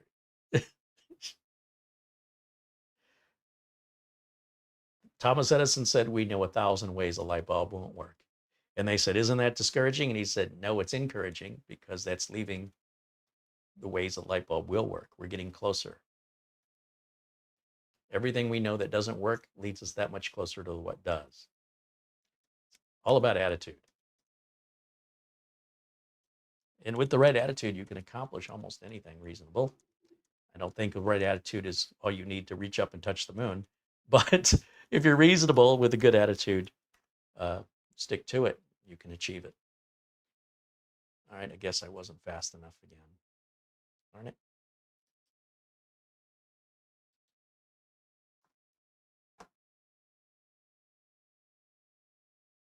we'll go to settings, right? When all else fails, Windows Update, advanced options, recovery, is it recovery? Advanced startup, and restart.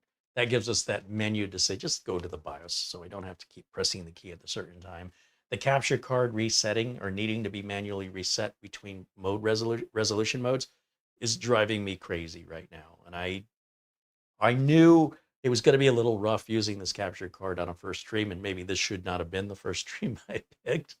On the other hand, maybe it's the best stream I could have picked, so I have a better idea of what to do off camera, to what problems to look for and resolve if they're resolvable. In the meantime, I will likely go back to the Magewell card and just do all the experimentation on a spare PC and a spare camera. It probably will make more sense. Now, it does appear that we're not getting the option screen, which I suspect means my capture card has to be reset. Yep. Oh, that's maddening. All right, professional Hollywood capture card. Isn't that great? We want to go to troubleshoot. We want to go to advanced. Then we want to go to UEFI firmware settings and restart. That's going to take us right into the BIOS without having to click anything and do it at the right time. It's like 6 clicks. At least we know it'll get us there. There we go. This should go right into the BIOS all by itself.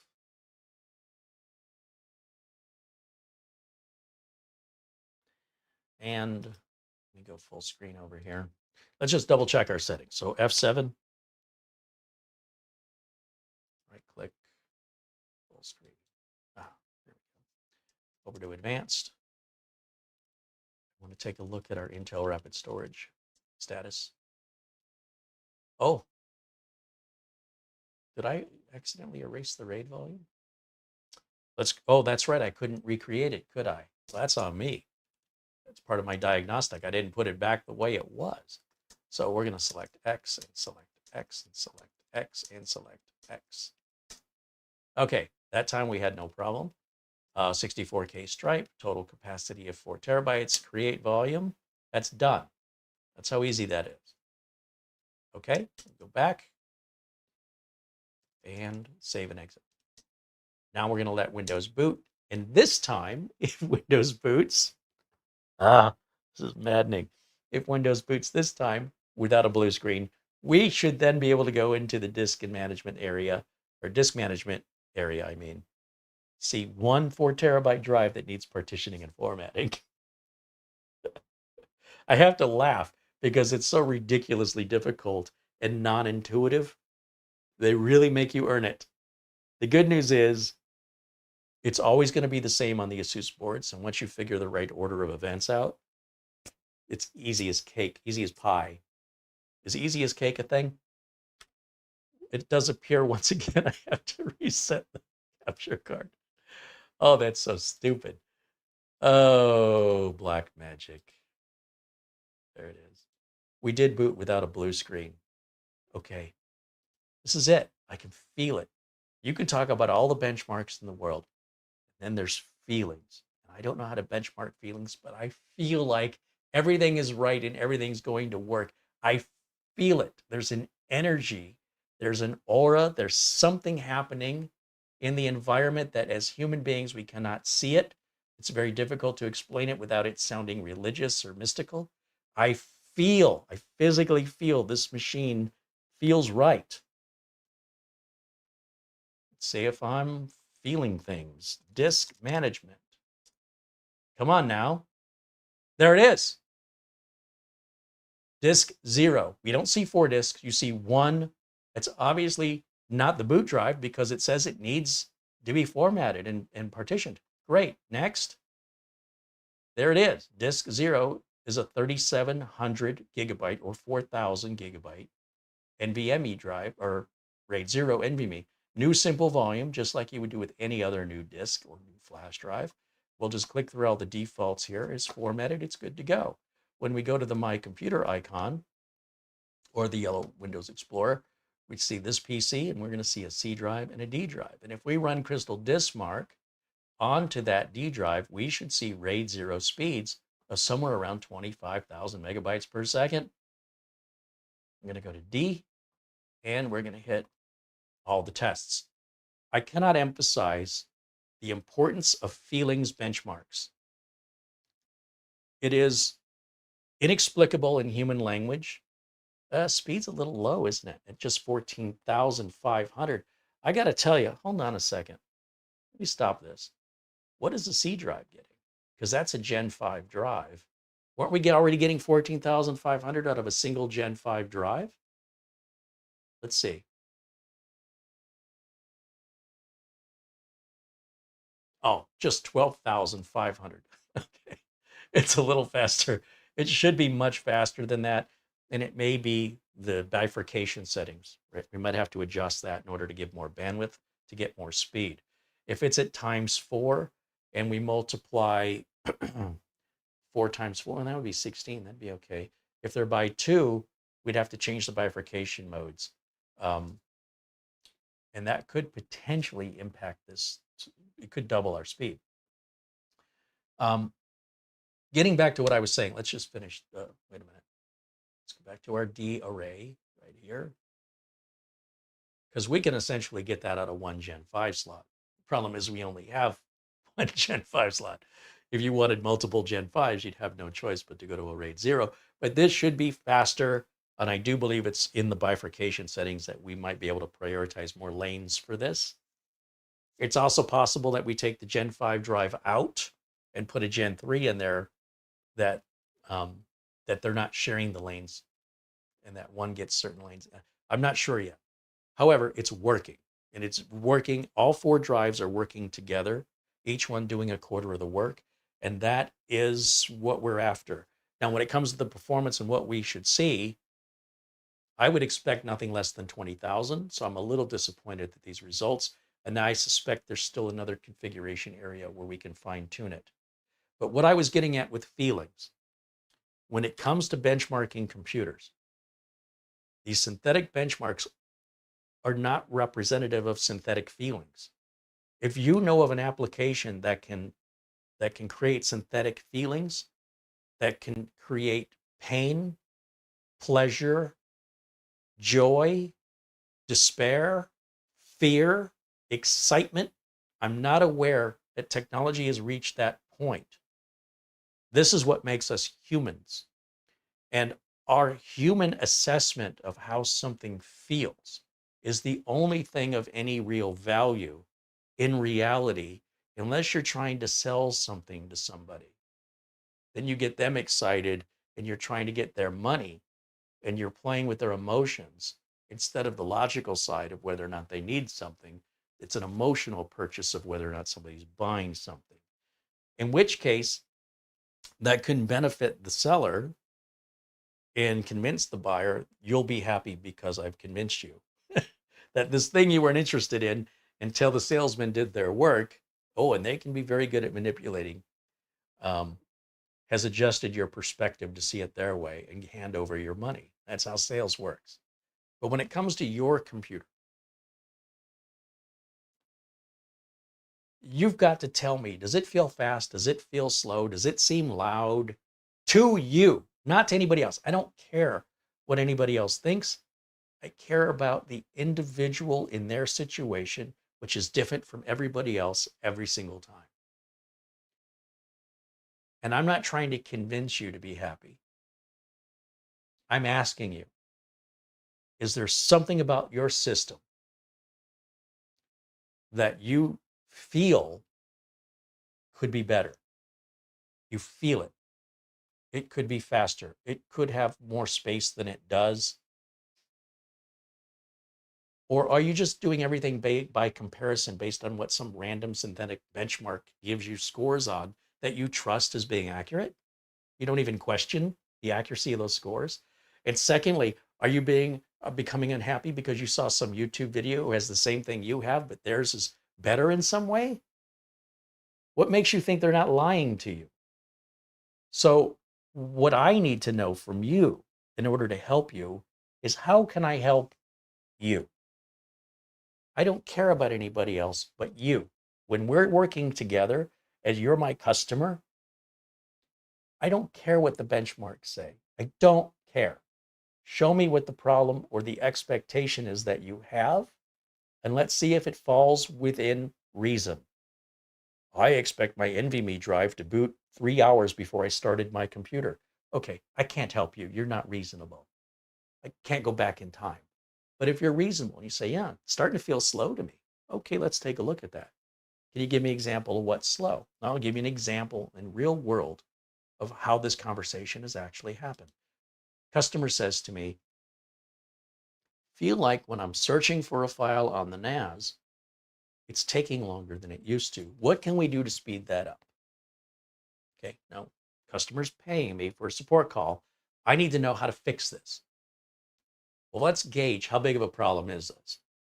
When you say it's taking longer, how much longer would you say it's taking? Well, it used to be I click it and the solution came up within a second or two. Now I click it, it takes like 6 to 10 seconds. Okay, so it's not taking all day. It's you're becoming intolerant. All right, that's fine. You're allowed to be intolerant. How much are you willing to spend to fix that? They said, well, what do you mean? I said, well, every day, all the employees in this office keep adding and adjusting and modifying the files on the server. So the number of files you have to search from today are far greater than the number of files you used to search from whatever your point of reference is. And over time, it's gradually gotten slower because it's got to look through more stuff.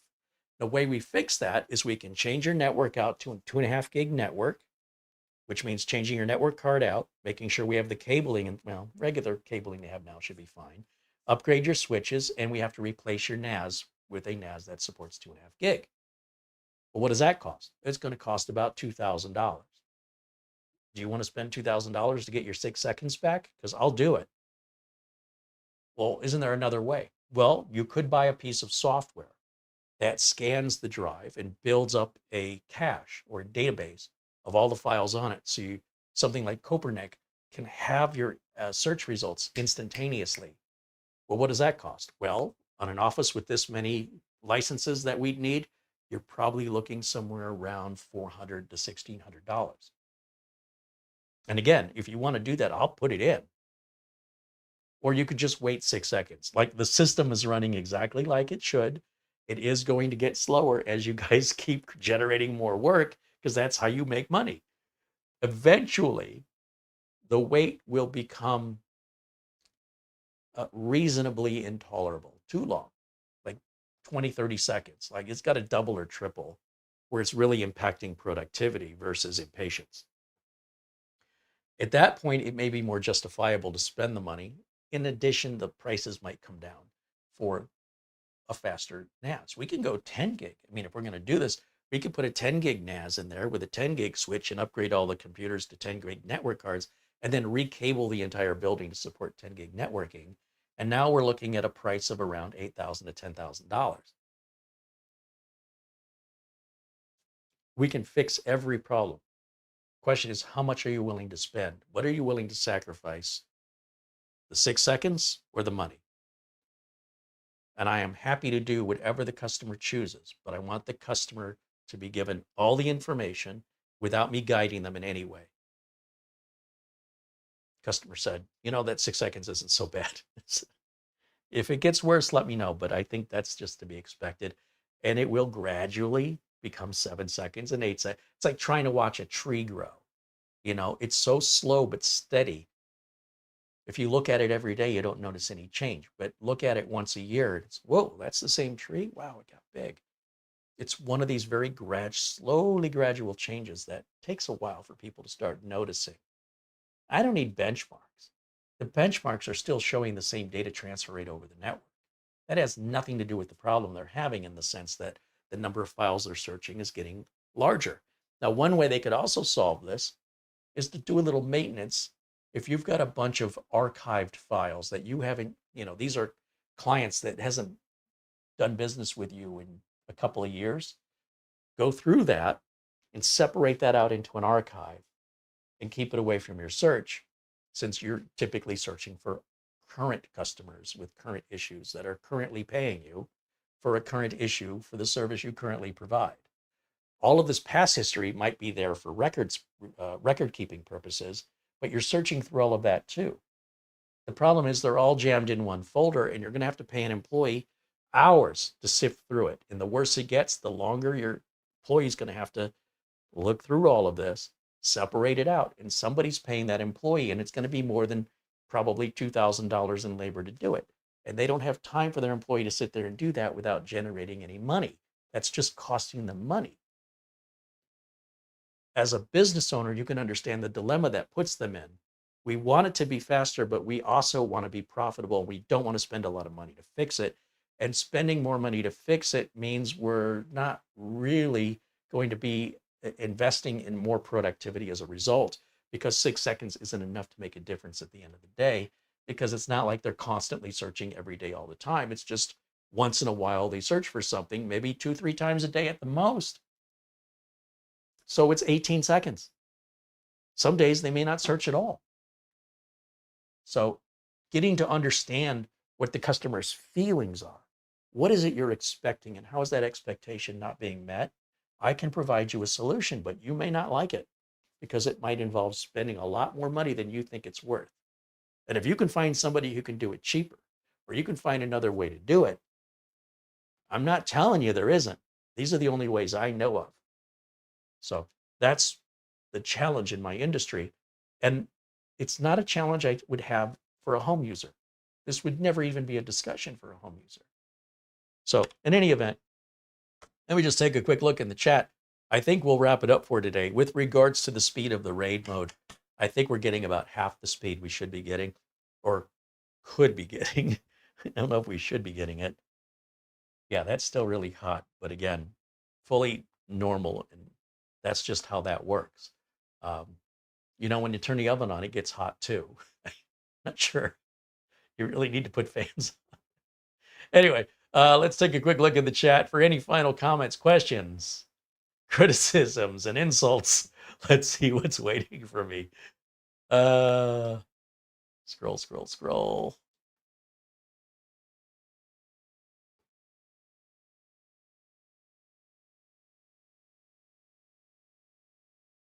Some people will say feelings aren't a thing, right?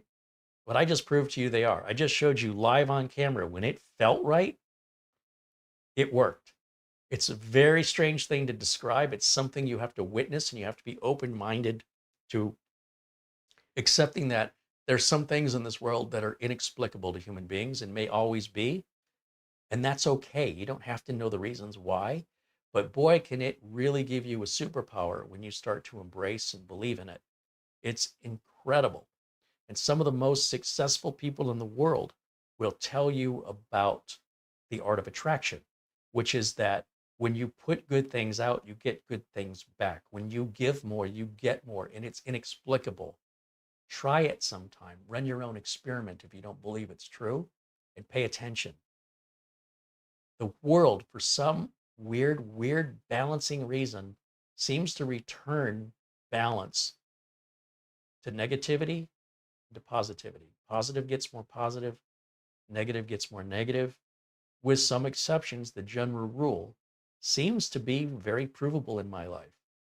There's always exceptions.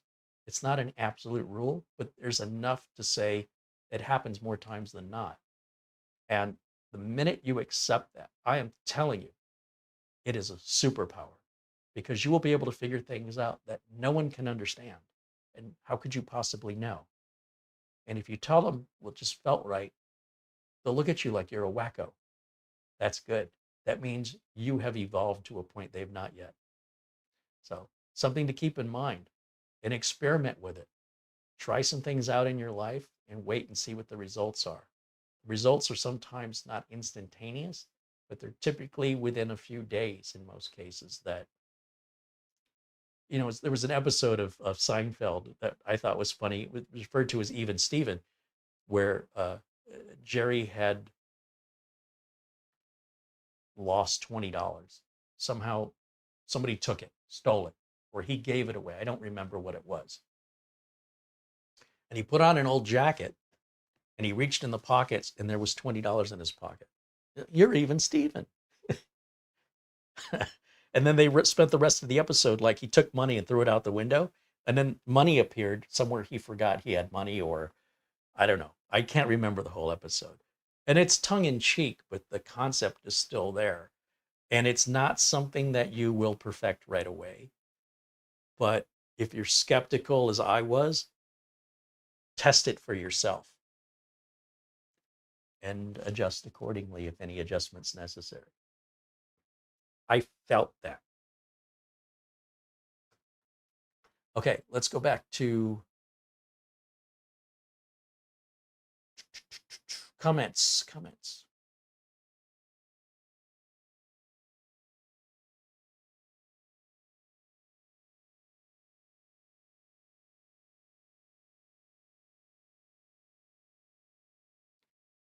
Matthew Burton says, the good news is I'm not the only one who struggles with Intel's rapid storage technology. Yeah, I guess the rapid part isn't the setup.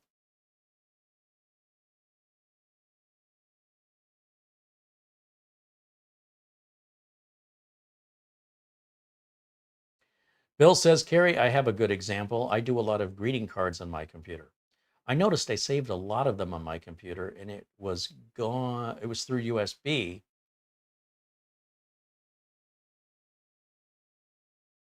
Oh, he's taken all the previous, I guess what he's saying is his computer was taking longer and he was saving all these greeting cards.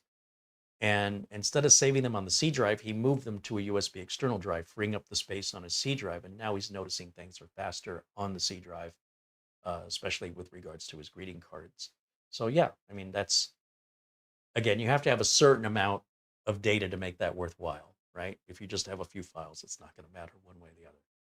David Herzog says, great show as always, Carey. Right on. Thank you, David. That's going to wrap it up for me for today. I don't see any other questions in there. If I missed any questions, just put them in the comments below the video. If you want to reach out to myself or to Mara, to the channel, just be sure and use our email address, please. That is the correct way to reach us now. I'll put that on the screen right there for you. Be sure and spell it correctly. If you don't get a response to us within 24 hours, we did not get your message. Check your spelling, send it again. And if you still don't get a response in 24 hours, let us know by leaving a comment or a chat message here, because you might have gone into the spam folder or, I don't know, something else is going on. Overall, we generally do get your messages, and that's the best way to reach us. With that, I want to give a special shout out to our friend Paul Gray in Australia. Before today's show, Paul submitted a very generous Amazon gift card. And I have to say, because of you guys, we are not corporate sponsored. We have your sponsorship through your memberships, your super chats, PayPal contributions, Amazon gift card contributions. You guys make all of this possible. I also want to thank ASUS, because in this example, ASUS sent us the cooler, the motherboard, and the case we'll be using for free. But we are providing, with the money that comes in from the channel, from you guys, all the NVMe storage, power supply, the keyboards, the new capture card with our friend Colin Hilton making that possible. The direction and speed with which this channel moves forward, stays stagnant, or vanishes is all on your contribution and support of the channel. Even just participating in our chat room, if that's your contribution and you're a kind person, that counts too, because you're the reason why we make the videos. The rudeness and the criticisms, we don't have really time for that. You know, you guys who criticize, you need to make your own videos and let us criticize you. Otherwise, it's not fair. In the meantime, I also want to shout out thanks to our friend Buster out there in Scotland, our friend Oystein in Norway, Frankie B in New York, and of course, Paul Gray in Australia. And of course, everybody who's contributed during today's show. I have not checked the phone, it just occurred to me, the entire show. Let's check that right quick before we wrap it up for a rather long Sunday broadcast here.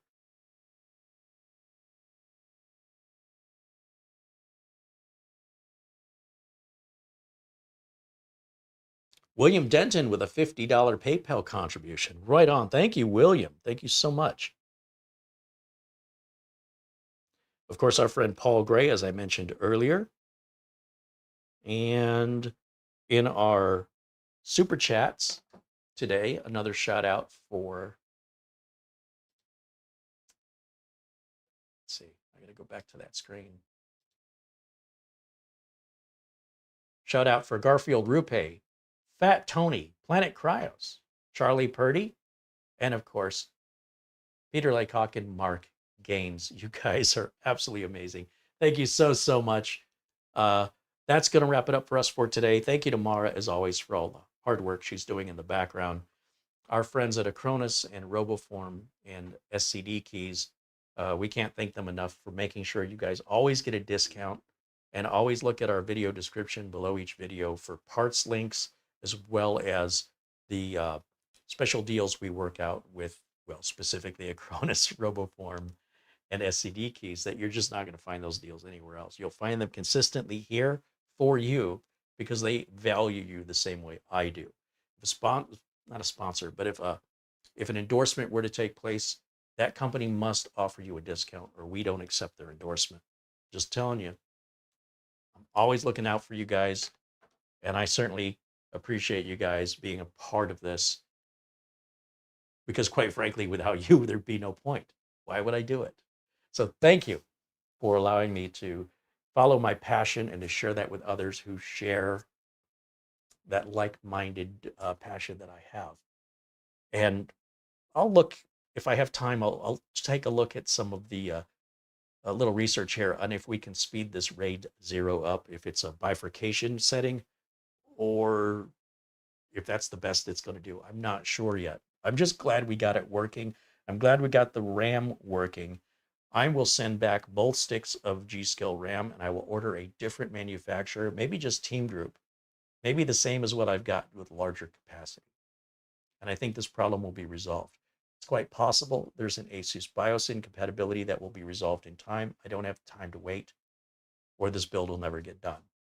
That'll wrap it up for me for today. Thank you guys so much for tuning in. I'll see you all tomorrow, members only Mondays. If you're a member of the channel, you have access to videos on Mondays the public cannot see. And that's just a part of your membership. You also have the ability to go back more than 12 months in our video archive. You can go all the way back to 2008, and you get priority response to any email that you send or any help that you need, because you're effectively paying customers. And not that we don't appreciate our free viewers, but these videos would not be possible if all we had were free viewers. So that's the counterbalance of where we're at. And I always want to do something special for the people who are going out of their way and sacrificing for us. We want to sacrifice in return. We really want the advantage to be on our members. I kind of feel like I'm trying my best to balance that value. If you have suggestions or ideas as a member that we can offer you more, let us know. Email us and let us know your thoughts. Otherwise, we'll see the members tomorrow at 1 o'clock as always. And we're back at it on Tuesday again, because we have so much work to get caught up on.